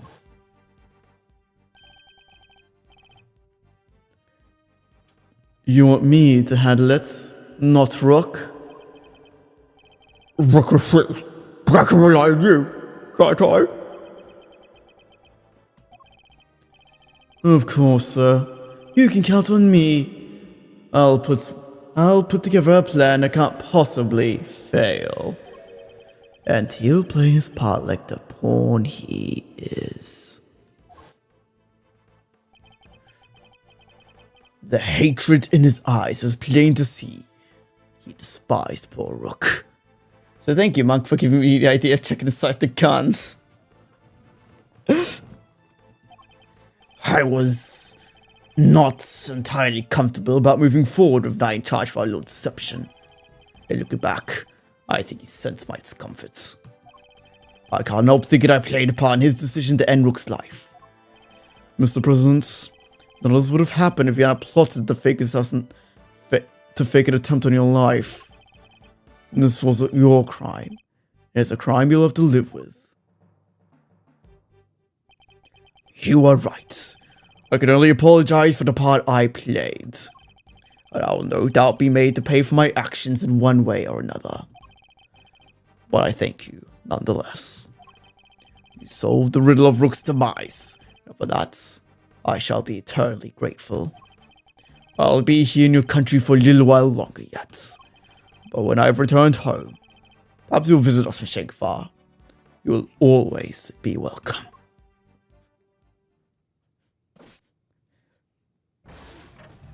Hedruff. Making friends in high places. Oh, thank you, thank you, thank you, thank you! Y'all don't know how grateful I am. Oh, so that ends well. Miss Lloyd, the accusation of murder made against you was made, of course, entirely groundless. But the fact remains that you were a willing participant in the staged assassination attempts. The police will no doubt wish to speak with you about the matter. You should be aware that you may well be punished for your actions. Ah, no. And I'm awfully sorry about everything. Truly, I am. I understand your desire for a scoop, but there are limits. There sure are. I got me, I got me some serious thinking to do. You did it, Mr. Edgeworth. That was something else. Local prosecutor solves assassination conundrum, earns eternal gratitude of presidents. How's that for a headline? Hey, that there's my department. Mr. Prosecutor, how do you feel to solve such an important case? You must be over the moon. She certainly doesn't stay down for long. No comments. Dang, you one-type-lid son of a gun. As well I should be. The case is not over yet. It isn't? How come, sir? Because until we unravel the story behind this, the case will never be completely over. What?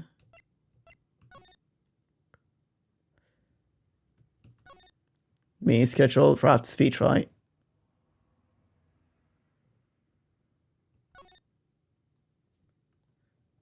Wait, what evidence? Yeah, I'm not gonna lie, I'm actually quite lost on this. Yeah, so am I.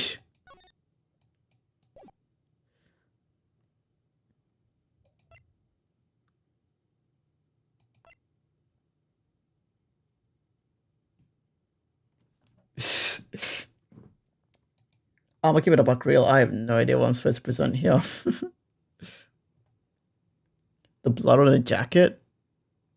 Maybe? Is it the killer? Sir, that's... So you see it? You don't understand exactly what I'm trying to say. Sure, I'd love to, sir, but I don't have a clue. I thought you were talking about the killer. Guess I was wrong. No, that was precisely what I was talking about. Or trying to. Mr. Killer has yet to complete his assassination, his assignment. Oh, so it... I mean, it was half right.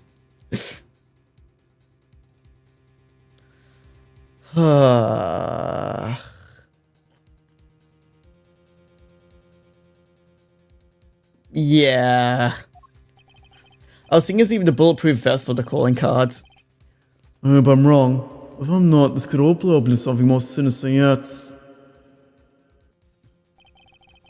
As one would expect from an attempted assassination of the president, this case was all over the news, and my preparations for Mr. Knight's trial were constantly interrupted by requests from the press. There wasn't a person in the land who didn't know about the case. Everybody was talking about it.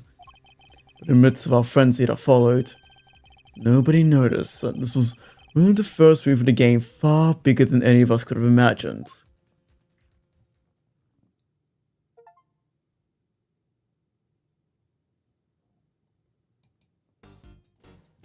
Okay. Definitely feels like the highest stakes this time round. The captive turnabouts.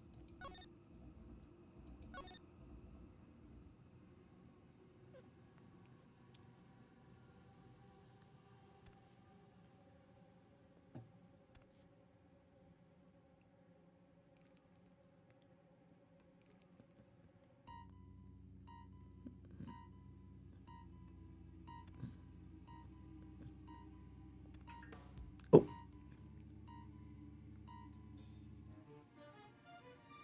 Oh.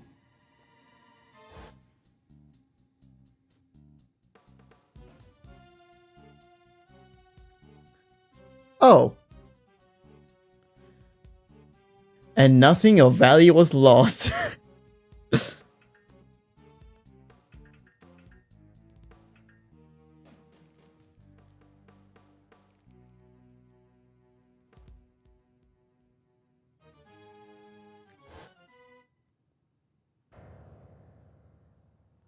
Last time someone said something that vague at the end of the first trial, we got Dual Destiny's final case.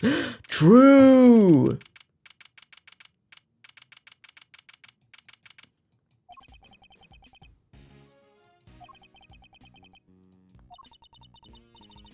Still no sign of them, huh? Wait, eh?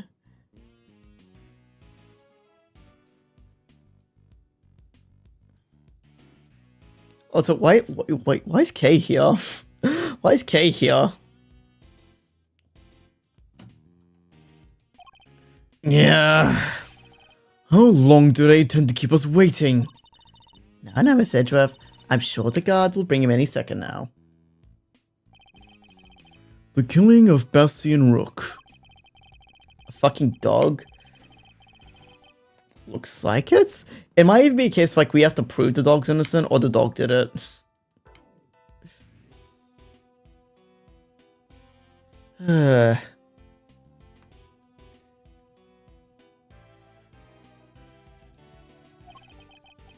Our aim, of course, is to interview Bronco Knight, who have been in charge of the murder.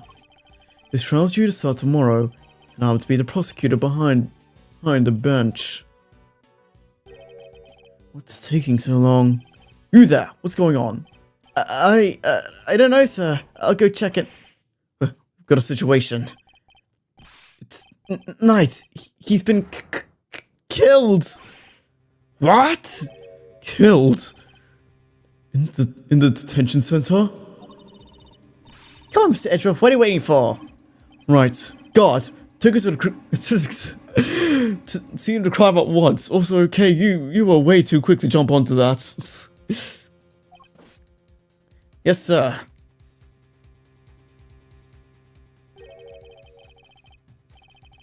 So it didn't happen in holding cells, but surely that's where he was being held. Well, what's the hold up? The crime scene's this way. Where are you taking us? Doesn't this door lead to? So the original have to probably. Actually, I'm wondering if this case. I'm wondering if like that ended up being like inspired by this. The prison proper, yes. You mean those other cells aren't part of the prison? Not exactly, no. There's a detention center's holding cells. That's what defendants who are kept while they're awaiting trial. The area below this store serves a rather different purpose. Yeah, so that people who are convicted serve out that time. I suppose you could say it's the last place a great thief should ever want to be. I've unlocked it, sir. Please follow me.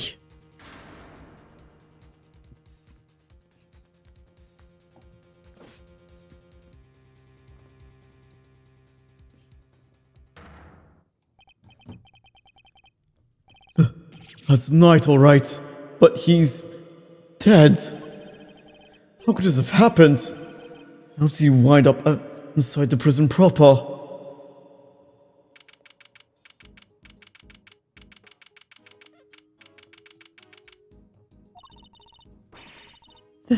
This is horrible. How did Mr. Knight get himself murdered? I can hardly believe it myself. There can be no doubting the evidence for our own eyes.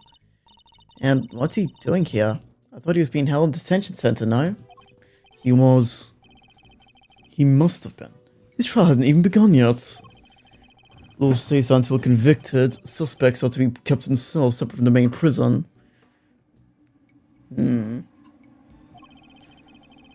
Only those who have been found guilty are sent to the prison proper. There's no way Knight should have been in here. Maybe on his way over? The detention center and the prison are separate, not only by heavy doors, but by lengthy corridor. And that would have been a long way to wander, especially for a detainee.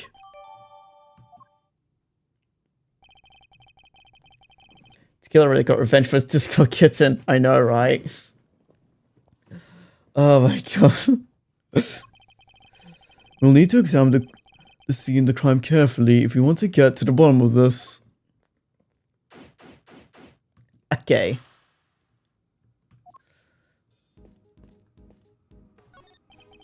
Bronco Knight, killed the day before his court trial. We'd better take a closer look.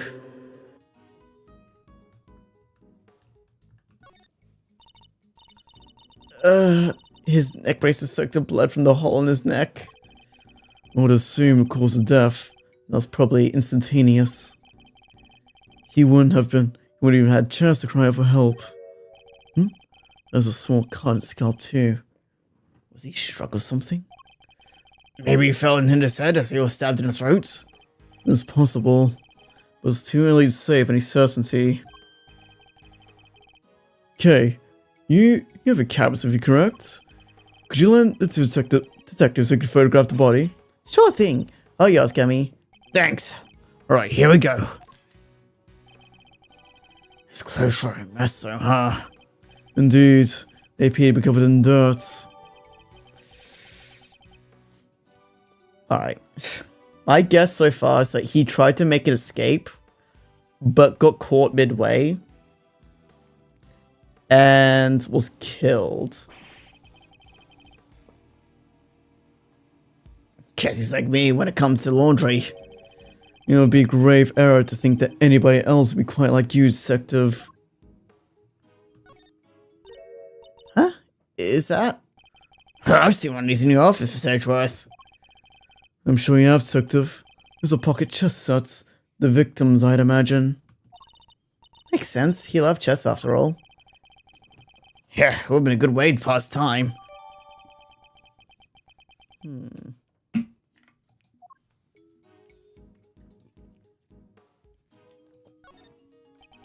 A rubber glove.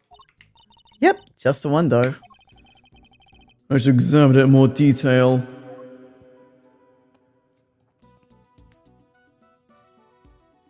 Oh. Inmate use only. I guess that means... That must be from the prisoners he was using it, right? Yes, you certainly imagine so. The fingers are covered in blood on this side. I think we safely assume this glove was dropped. It was dropped sometime after the night's blood had been spilt. We can? How come? Because had it been on the floor when the pool of blood was forming, the blood would have flowed around it, not underneath it. Oh, we need to be a band of blood around the edges of the fingers and not at the backside? Assuming the glove was discarded after the blood had pooled around the body, Maybe Almera ditched it after they did the deed? it's certainly a possibility. At the very least, whoever it was that dropped it must have seen the body. You there! Yes, sir? Have you seen a glove before? Yes, sir. The prisoners wear them for work. It's strange, though. Prisoners issue these gloves are under strict orders to keep them from their cells. They aren't allowed to take them out without permission, and we always check. But do you check the prison pockets? Do you check the prison pockets? I mean... Those things can be quite deep, or so I've heard. Ugh, that scratched my nose. Bah. Anyway. The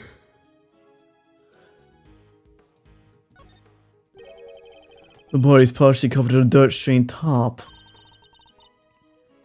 And there's a rope on top of it. Was Knight tied up with rope somehow? Hmm. We should take a look under the sheet as well. Look at that red stuff! Yes, I'd say that's blood. Features colorful design and stained of what I believe to be the victim's blood. We should keep looking around. There's bound to be more secrets to uncover, I'm sure of it. What's this metal thing on his finger? There's something on his finger. Let's take a closer look, Mr. Edgeworth. It's a ring. It's an expensive looking one at that. Who the fuck would marry this guy? Don't even think about it, Kay. What? I didn't say anything. I like how Kay hasn't even like technically like stolen anything, but yet whenever there's like anything expensive, like the automatic assumption is that she's gonna try to steal it.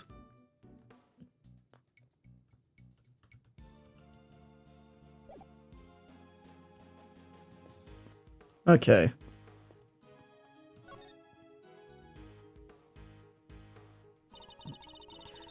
Time to expect everything suspicious looking. Oh. Indeed. This area is too big taken all at once. Fortunately, I can use the up, down, right, left to look further up or down. I must scale to see and inspect everything that catches my attention. Looks like a pulley of some kind. Maybe the prisoners use it for work? I suppose so, yes. Okay, so I know you're gonna say no, but Absolutely not, Kay. Not permitted to swing on the rope. I know it. I should have known you were being serious. Oh my god. Weird having something like this in a prison, huh? A cage inside a cage. Technically, Kay, prisons are made of cages, but cells. What's the difference? No offense, Mr. Edgeworth, but you gotta look at the basic nature of things more. Yes, in basic nature investigation is the pursuit of accurate facts and information. Oh god, this is gonna be like the stepladder thing all over again.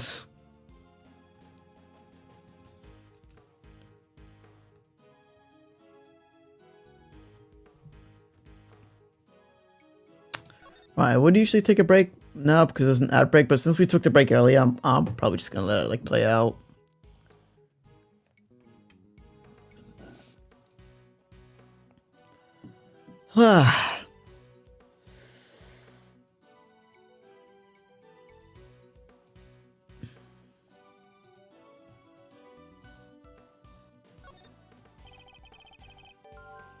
These tops are rather colorful. They kind of stand out in a room like this, don't they? They certainly don't look like they belong in a prison. Look, there's a whip on top of them. You know who that kind of reminds me of, right? Hey, maybe it's actually hers? Maybe she left it in here? Not a chance. She and her whip are attached. She and her whip are attached at the wrist. Trust me. I am curious, is Francisco going to make an appearance, or was that just the first game only sort of deal? There's a rope near Knight's body too. Speaking of which, want to see my super stealthy Rope escape trick? Thanks, but I'll let you know when I'm in need of saving. She seems genuinely disappointed.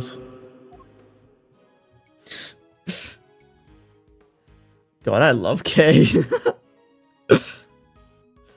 We joke that she saps everyone's IQ, but she's still a fun character. This part of the floor is covered with dirt. You know what that means, sir? Footprints. Too many footprints, unfortunately. We'll need specialists to identify them. Guess you gotta wait for forensics to get down here. Yeah, so in the meantime, if you could refrain from treading all over it. But sir, aren't you standing on it right now? Oh shit, you're right. I don't want to slip up, get your old jacket dirty, huh? Good point, Mr. Edgeworth. Thanks. My concern was for the footprints, not your jacket, detective.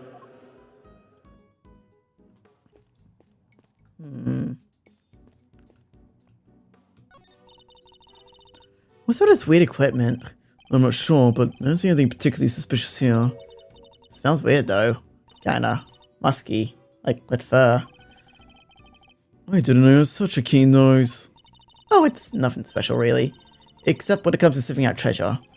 Remind me to seal all my valuables away in airtight containers. No way, Mr. Edgeworth. I never steal any of your stuff. But you would happily steal someone else's? I'm not sure that's entirely reassuring.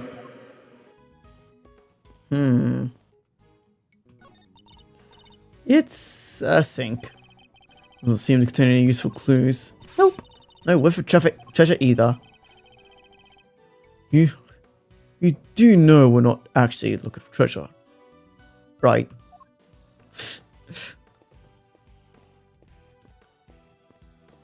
Anything else, or... I think that's everything? Oh, no, sorry, I didn't want to talk to you. Here we go. Mine, pals.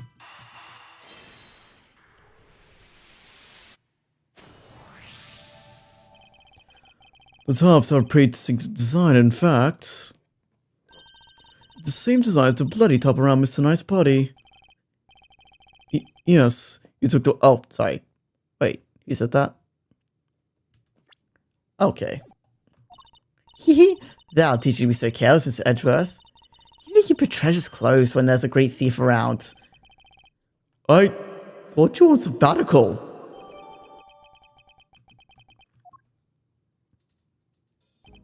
a bad bit of evidence gathering. Ha! Nothing can stop us when we're on the hunt together, right, Gummy? You betcha! We're unstoppable. A regular Three Musketeers. Let's not get carried away, detective. There's one thing we still haven't found, and on that note, remember that I was the one who found all the evidence? You didn't say shit in Kay, and I had to stop Kay from stealing shit. Huh? What do you mean, sir?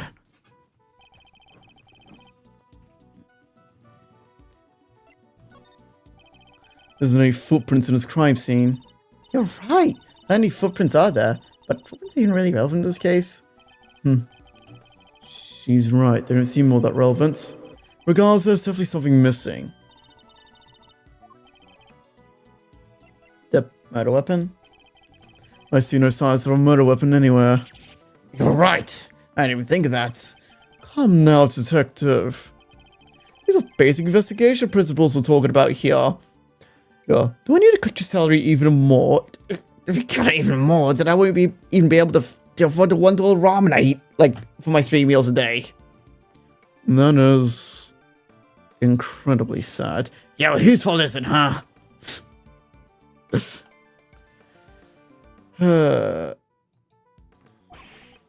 Yeah, I guess. Sorry, sir. Don't worry, Gummy. That crossed my mind either. In fact, the highlight puts my mind at ease, Kay. I am second proof you're potentially lethal at a strictly controlled within a prison. After all, we wouldn't want the inmates getting their hands on them, would we? Which means acquiring a murder weapon would be hard enough, let alone leaving the scene with one. Oh yeah, nice thinking, Mr. Edgeworth. What was the murder weapon? And where has it gone? The answers to these questions may be the keys to figuring out what happened to you.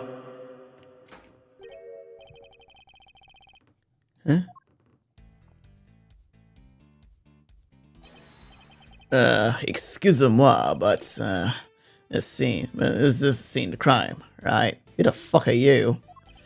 You're... Wait a second. Are you? No way. Those piercing eyes, and that furrowed brow. Mr. Fender. Mr. Fender? It's been far too long. I know, right?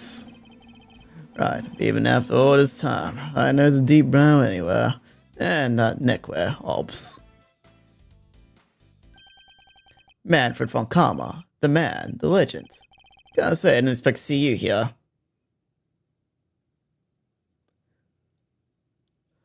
What did I do in life to be surrounded by a bunch of dumbasses? Oh, that's right. Oh, that's right. I shot Von Karma. But I mean, he kind of deserved it because he shot my father. So really, if anything, that karma's already been repaid.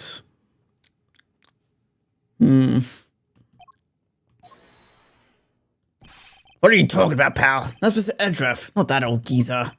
Detective, please. Edgeworth? Wow. Guess that explains the fresh face. Can't blame the guy for mixing you two up, though. You're not a spitting image of the old devil in this day. I see you haven't changed. How many years has it been? Man, good question. But who's counting here? Been away traveling so long I lost track. You know it is. But you know what I do remember? You betraying everything you're supposed to stand for. Whoa! Where did that come from? Who are you anyway? This is Eddie Fender. Eddie Fender.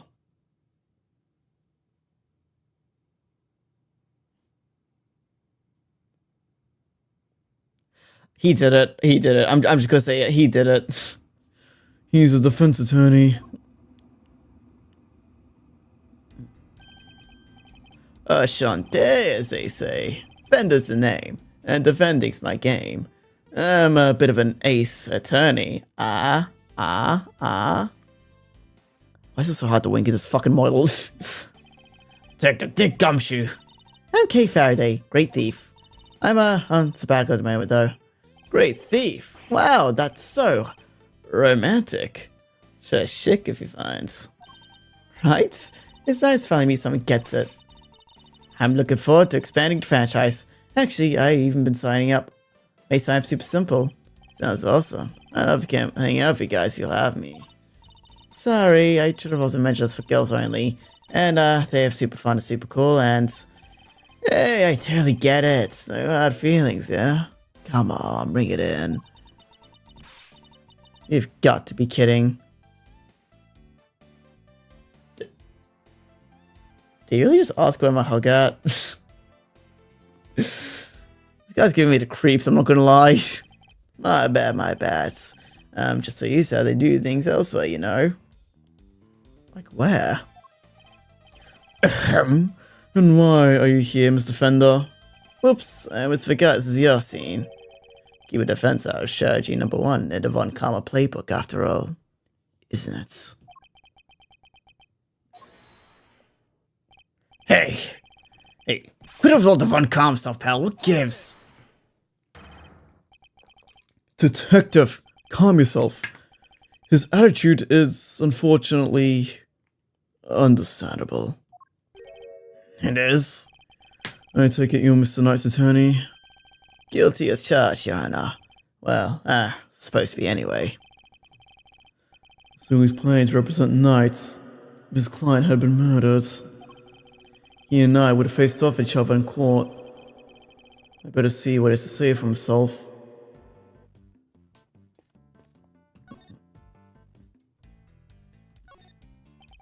So the victim asked you to represent him? Sure it is. We were supposed to have a little chat today. As was I. But the guard should have been served and told us his body had been found. I'm as bummed as you. I'm bummed about as you. I even bought some weenies to cheer him up. Mr. Fender, you know you can't bring food into prison. Oh yeah, well, I'm here now. Want some little advice I picked up from my travels. So more-ish. No, thank you. Fine, you do you. What are you doing here anyway? Don't tell me you want to hear Mr. Nightside. Von Karma was more of a convicted defender at all costs guy. He didn't teach you that? And that was a long time ago. If you say so. Sure you don't want some weenies? No, thank you. My guess is that... Actually, wait, would the times even, like, line up? I was gonna say, maybe he worked with his... Because Edra's father was a defense attorney. And I'm wondering, like, did he, like, work with his father? I expected Edra to be the same, but instead became a prosecutor? But I'm thinking about, would the timelines even, like, match up then?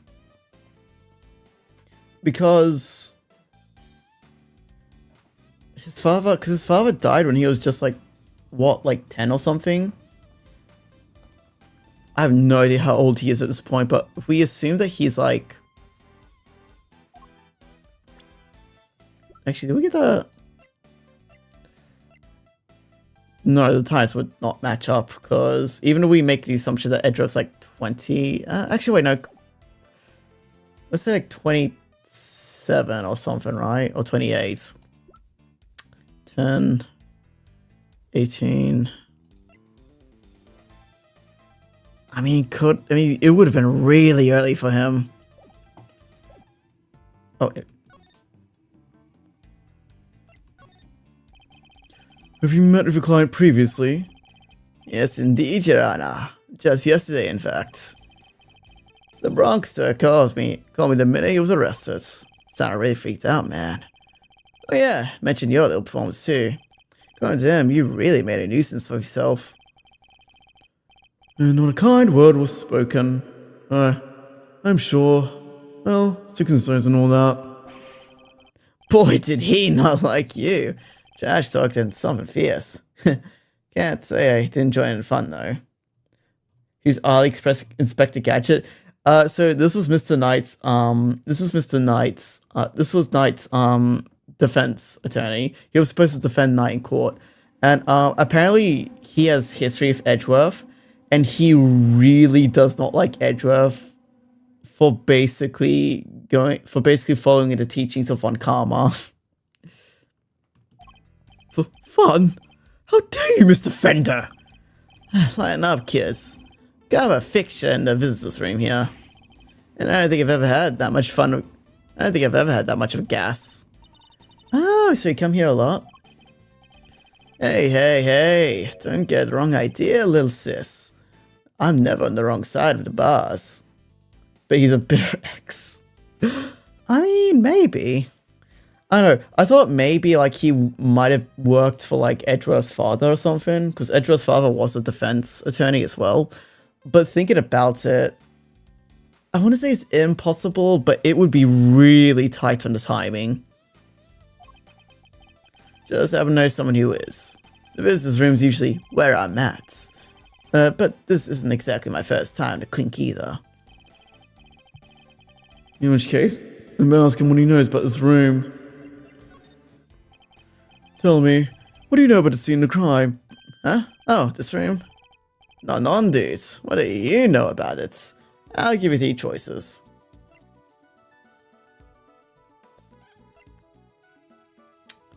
Classroom, morgue, a recreation room. It's not a classroom, because there's no... No, this would be like a place where like, you clean pets, right? Or where you would hold, like, guard dogs and not clean them, right?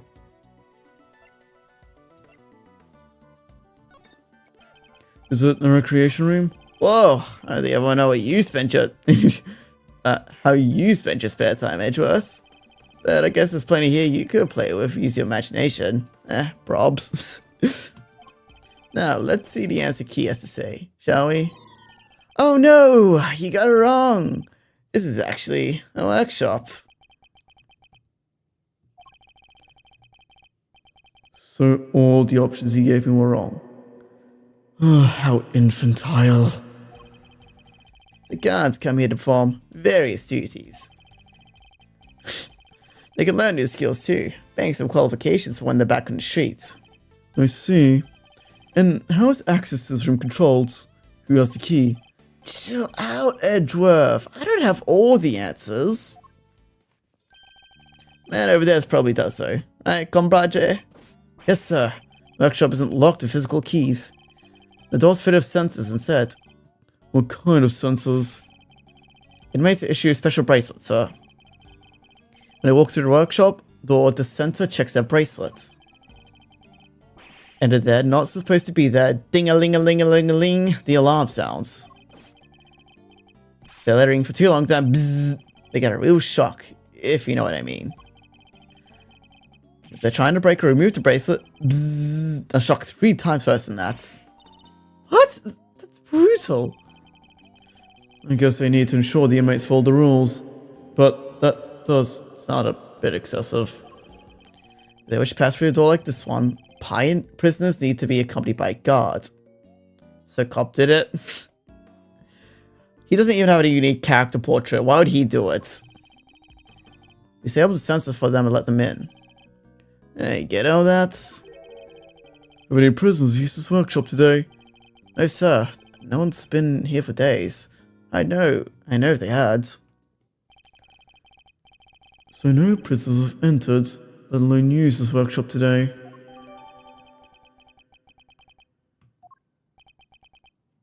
Which means that there's a contradiction in the crime scene. Namely, there's something here that shouldn't be. I'll take another quick look over the crime scene, employ my powers of deduction to solve this mystery. Oh, no, sorry.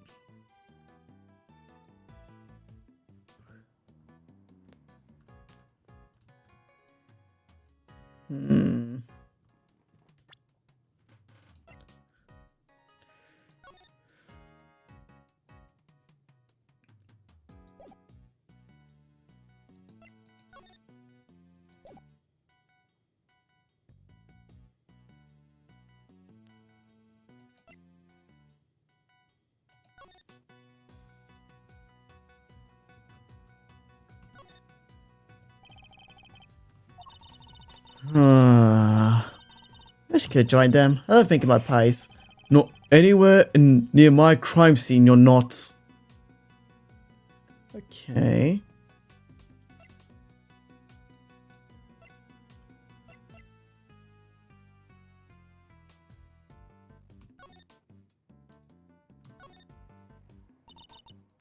Come on, come on, come on. Hurry up and open the clasp. This is a murder investigation. You sound like a child on Christmas morning. Oh, please. Even your heart must skip a beat when you're about to open a mysterious box. Not all of us think like UK, thankfully.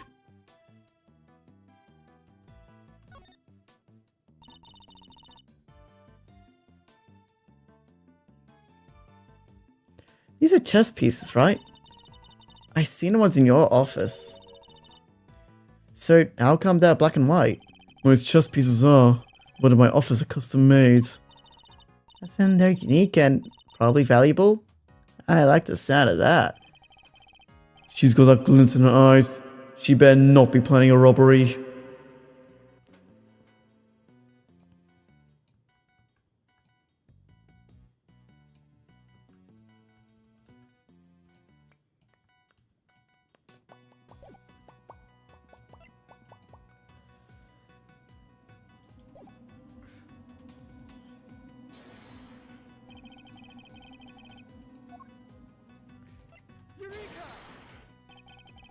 Okay, no. Damn it, okay.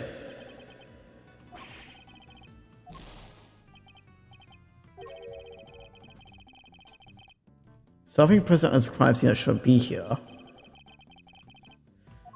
Okay, that shouldn't be here. Is it the brain, perhaps?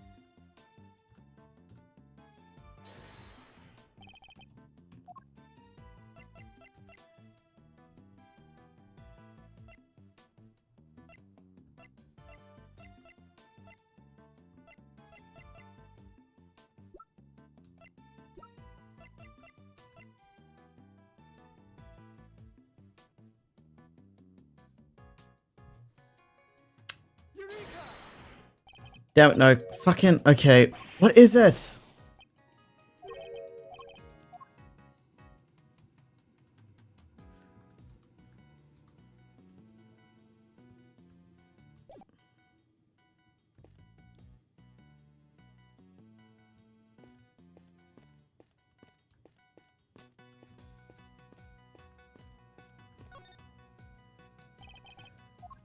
It has to be something here, right? Something that's here that shouldn't be.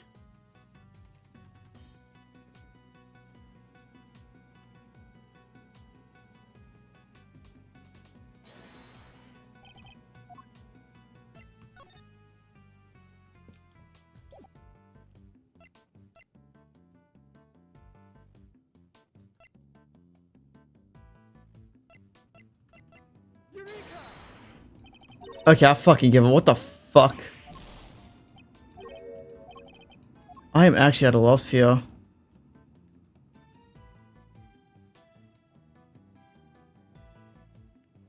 Pay attention on what you click. So there's something here. So there's something else here that shouldn't be. Oh. No, not here. So there's something here that shouldn't be. Because how the room works, and we'll explain how the room works, is that this door has a sensor that detects a bracelet that the inmates have. And if they're not supposed to be there, it emits an electric shock. So the guards have to disable like the bracelets temporarily to his arm, but I did his arm, but it showed me nothing. Like I did his arm, but it didn't do anything.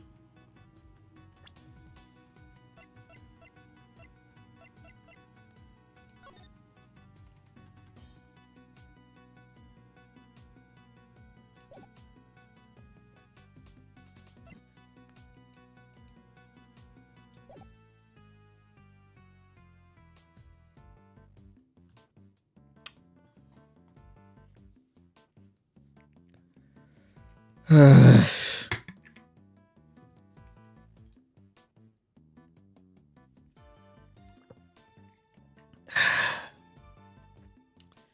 to think, what could it be?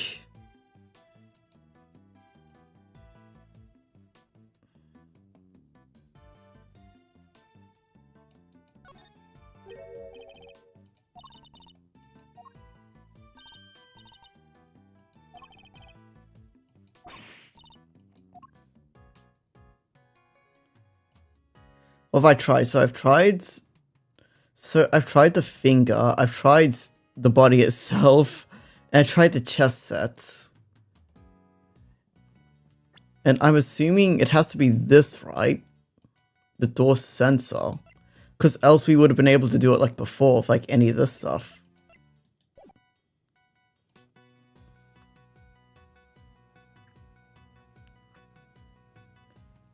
Something that's here that shouldn't be.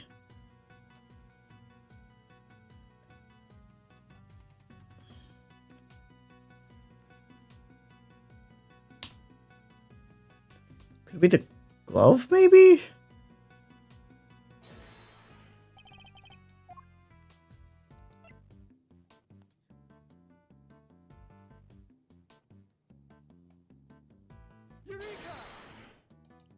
Oh my fucking god. Might be the rope, no, it ended up being the glove. Fucking hell. Prisoners unable to come and go from this workshop as he please. The door sensor would detect their bracelets, and the alarm would sound. What's more, according to the guard, no prisoners were authorized to be in this room at all today. And yet, we have a rubber glove. Of the kind issued to inmates. This was a clear contradiction.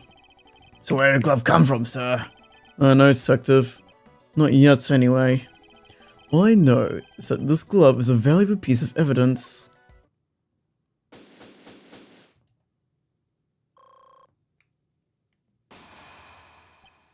You!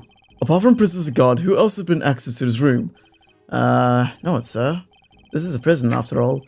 Prisoners and guards are pretty much all there is. Mr. Fender? Come on, don't play us like that, friends. We both know that's not true. You know as well as I do, prisoners and guards aren't the only ones who can come in here. Wait. So on the right track, just the wrong, probably, yeah. Huh? Oh, do you mean... But sir, there...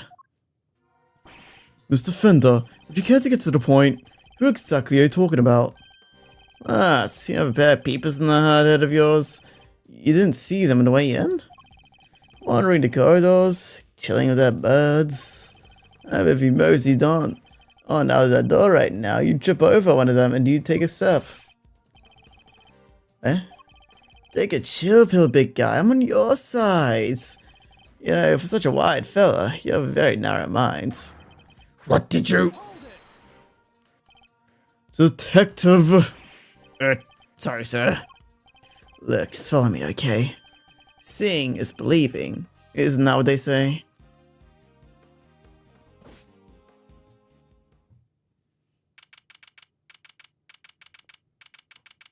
What the fuck is that thing in there?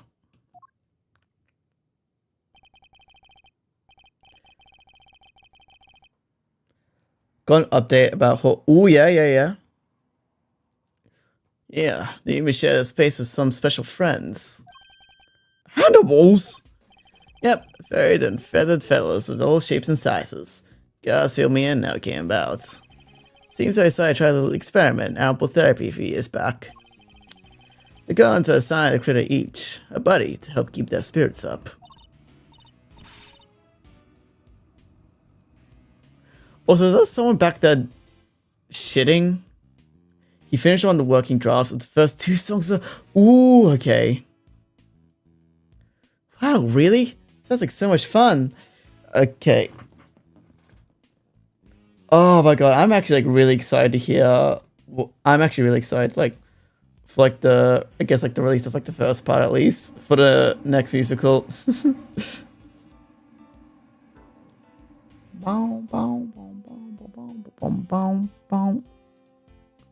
Alright, so let's see here. We got a bunny, a monkey, a cat, a pig, and a pony? You know, I would have assumed it would have just been just your run-of-the-mill cats and dogs, but I guess... Plus, he must even earn pet care qualifications as they go through a job training with the animals. If he does, like, Epic, he's not going to release any songs officially to us. Ah, okay. Okay. So there's still quite a bit away, but honestly, if it results in, like, a good quality product, then I don't mind so much. Oh, that must be what equipment the workshop is for. Also, I might start calling things, see my throat's hurting. You got it. Room service, especially for that training stuff. It's also like nearly 11:30, so... So, when he said somebody else could have been at the scene of crime. Exactamundo, big guy. Oh, so good about these guys. So tell me your expectations, don't expect anything for another... Okay. That just means you're still talking baloney. What would an animal do to a rubber glove? Ah, good question. And all I'm saying is that it was possible. The rest is Mr. Prosecutor's problem. Mr. Edger, if you want to arrest this piece of baloney, just say the words. Let me get this straight. I say these animals can wander freely around the prison. You know, sensors on doors? These sect the prisoner's bracelets. It sounded alarm somebody that goes walkabouts. Well, for our furry friends, it's the other way around. They're fit of microchips open the doors right up. They are? Uh-huh. They're implants just under the skin around the shoulders. Big needle, quick jab, and voila. What? Doesn't it hurt? Nope, they don't feel a thing. Well, that's what they tell me anyways. Now, where was I? Alright, the point is, they're not the baddies here. Is there a reason to punish them? It's ironic, really. In the institution where the humans are caged, the animals are free to roam to their heart's content.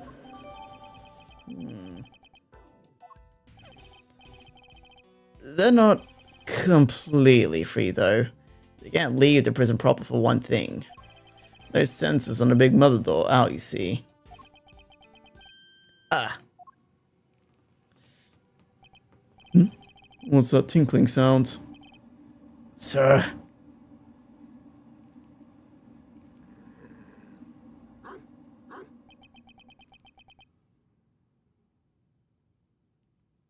His name's probably Cupcake or something. Just look at the thing. Is that a bell around his neck? That explains the sound, I suppose.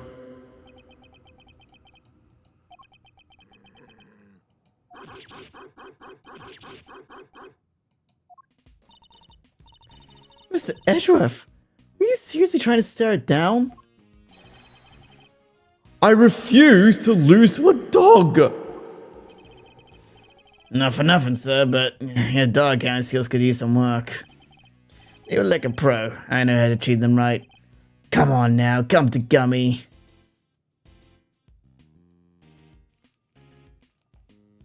That's a fucking beautiful boy.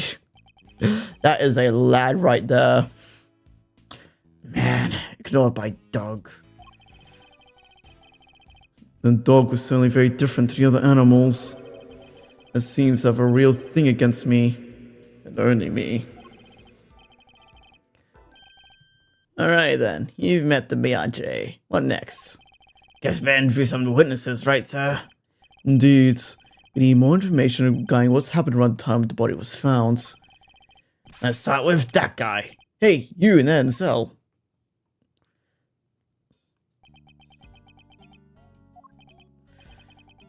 Ignored again. Hello, we were wondering if you might be able to tell us anything about this morning's incident. Someone a little afraid of this guy? Not a big talk, huh? It's alright, man. I'm on your side here. Let's have a handshake, huh? Maybe a hug to break the ice. Seconds. Out. What's that supposed to mean? hey, I get it, man. I was a hugging type. I'm cool with that.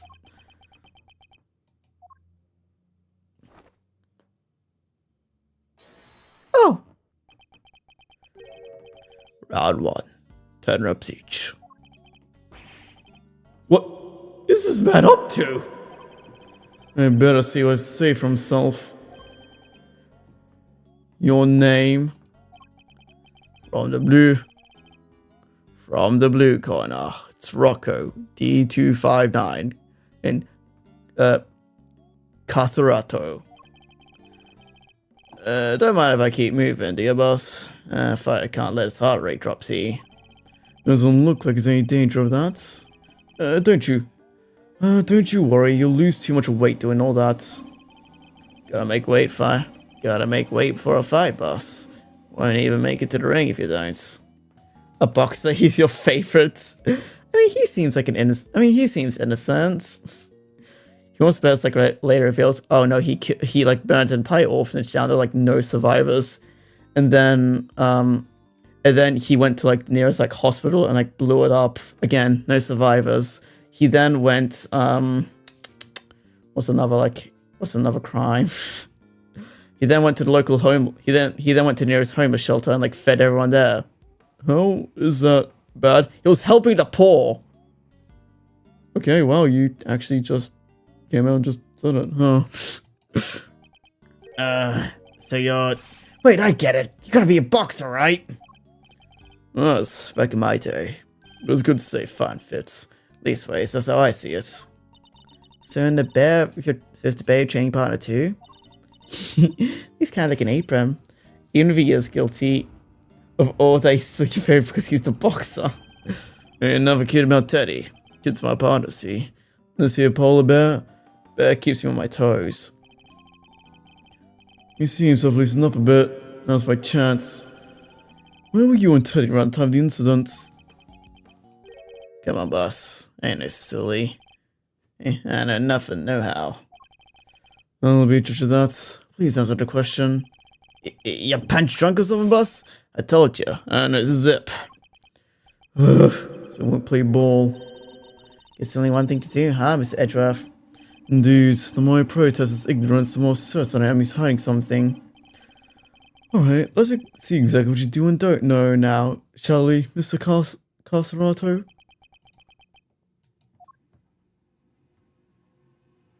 Oh. Alright, after this I might call things.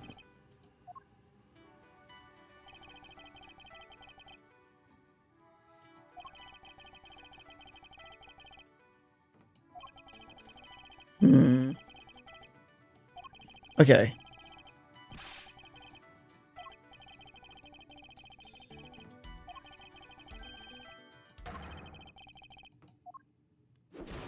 Okay.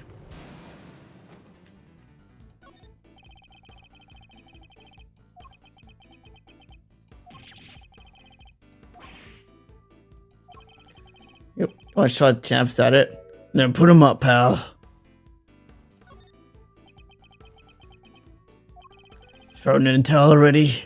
That's gotta be the record. Mr. comes hardly my style, but I'm more than happy to go on a game of chess.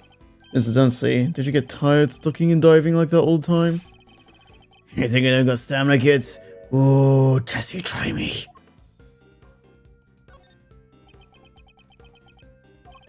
I ain't tired. Not today, not ever. Especially not today. Took it real easy this morning. With some quiet cell time. Hardly broke sweats. Really? You look pretty sweaty to me. Give me a break, will ya? I'm done talking to you. I'm tired. Yeah, real tired. You may have kept your boxing skills sharp, Mr. Caserato. But I'm afraid your lying needs a bit of work. Tired? Really? I hardly think that's possible. Oof, we gotta be careful here, Teddy. When a guy lands, he lands. Oh. He's hiding something, I'm sure of it. Should I ask him about what's happening at the time of the incident, both in and out his cell? I won't need to use my fists in the next round. No, how did us knock out using carefully chosen words alone? Do you remember what you were doing at the time of the incidents? I was, catching some Z's. We both was. This happened only a short while ago. You seem wide awake, all things considered.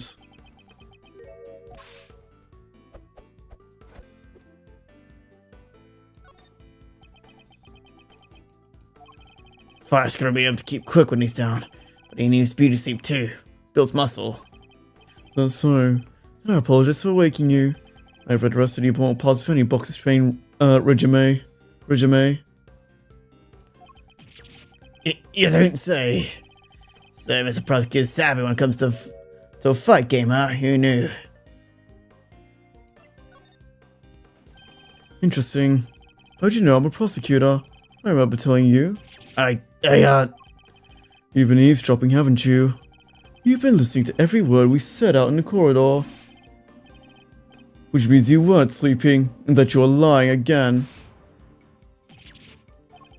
You're a good kid. Come cleaning that one. Alright, 8 minutes. I'm only catching no Z's. But what? Yeah, I can't work in a cell no more without lawyer getting involved?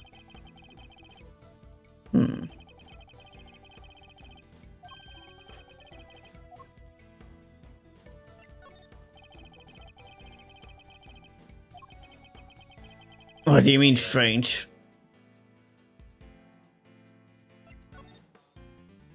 Haven't you noticed yet? You're backed into a corner here. Okay, no.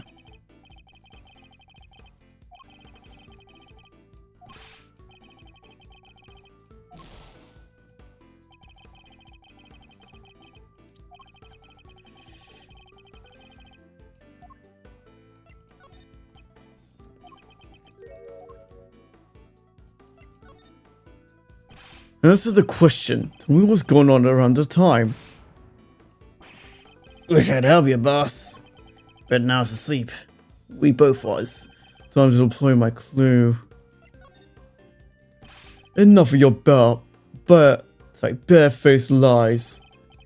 You weren't asleep, you're exercising. You told me so much yourself. Ugh, counterpuncher. Should've seen that coming.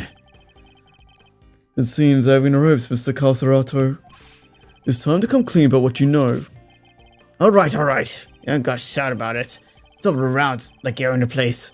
Teddy and his pals got scared this morning already.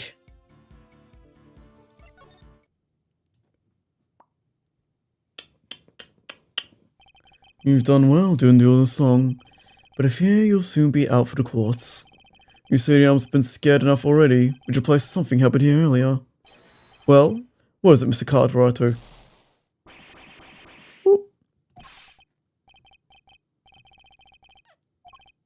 Fine. Somebody yelled, okay? Real loud, real scared. Got a little guy's real scared too. Yeah. Laugh it up. Laugh it up, Mr. Big Shot Lawyer. Let me see. Checkmate. Whew. I think we've now established you know more than you're letting on, don't you? Fine, I'll talk. You did it, Mr. Edgeworth. Let's not get carried away, Kay. Our work here only just begun. Hey, can we have a time out here for a sec, guys? There's someone super big I need to say. It's just, well, it's like fate brought us here today after all these years, Edgeworth. It's a real privilege watching how you work. Eye-opening stuff, in fact. Just so you know, I'll be telling you know who what you've become. Who knows who? Keen to get lowdown, huh? Well, That's enough. This has nothing to do with Kay. whoa. Don't have to cow, man. Why so sensitive? Report whatever you wish to whomever you wish. Just don't want someone else's time. What do we say, boss man? But I think he should know at least. You know, how you've been living your life since you decided on doing things the Von Karma way. After all, you've disappointed him enough for a lifetime already. Am I right? What's he talking about, Mr. Edgeworth? None for the needs concern UK. Our focus should be on Mr. Casterato. Now, shall we continue? It's time to hear the truth at last. Heh. You won't let a glove on me, kids. Okay, can I just... You know what? I'm fucking done. I'm done for today. My throat's hurting too much.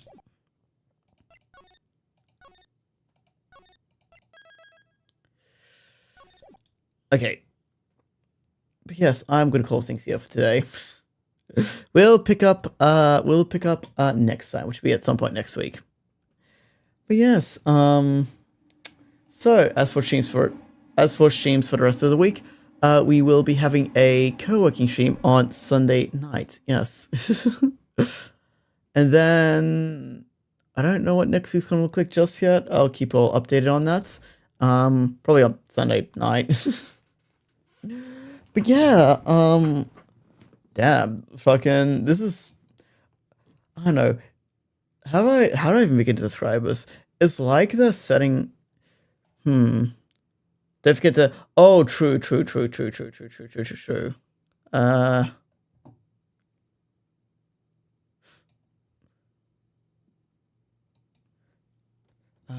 Actually, no, we could probably do that now. Why not? All right, we'll do that now, and then for real, it's the end. Okay.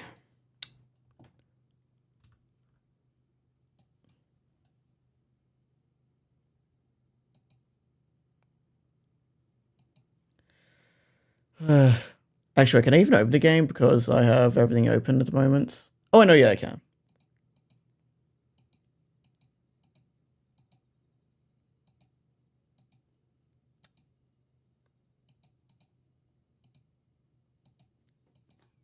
I just...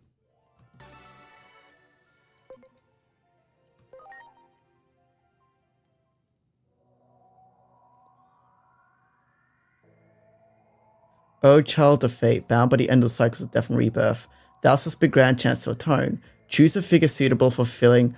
Oh, shit. Damn.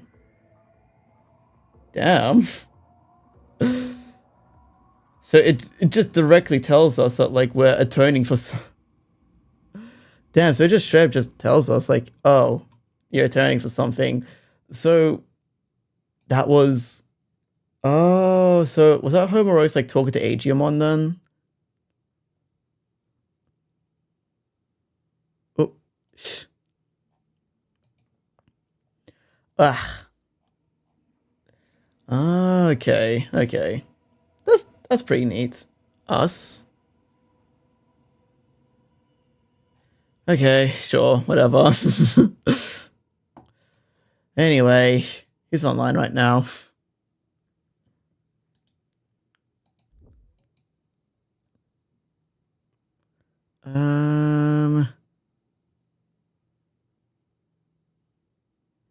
We raided Fox yesterday. Huh, okay. Searching. Ugh. Ah. Oh.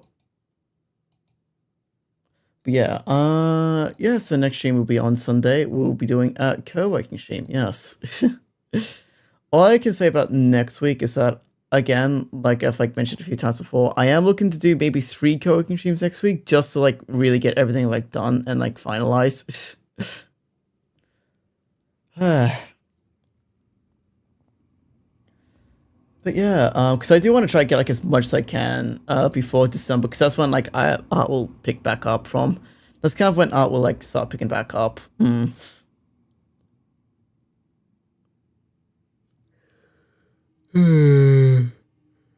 Yeah, as for tonight, I will probably go rest, and I'll probably rest up for the rest of the night. And yeah, I don't really have anything planned for tomorrow, so yeah, I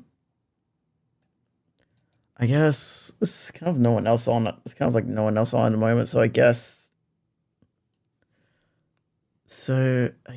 we will probably raid into Vox tonight. Yes, because we're right into Gamma Inc. Maybe we haven't ran into Gamma in a while, and we ran into Vox yesterday. Actually, wait, we're right into Gamma for tonight. Who was currently playing Dispatch? Yes, yes, she seems to be on episodes. I think that's 6. All right, yeah. Wow, I'm not gonna lie. I kind of do wish I did play Dispatch for myself because I actually really do like the game a lot. But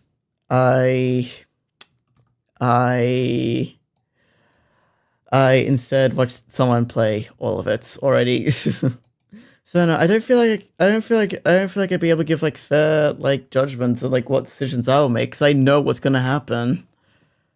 Ah well, if a season 2 comes out, I'll play that on stream instead of just watching someone else play it.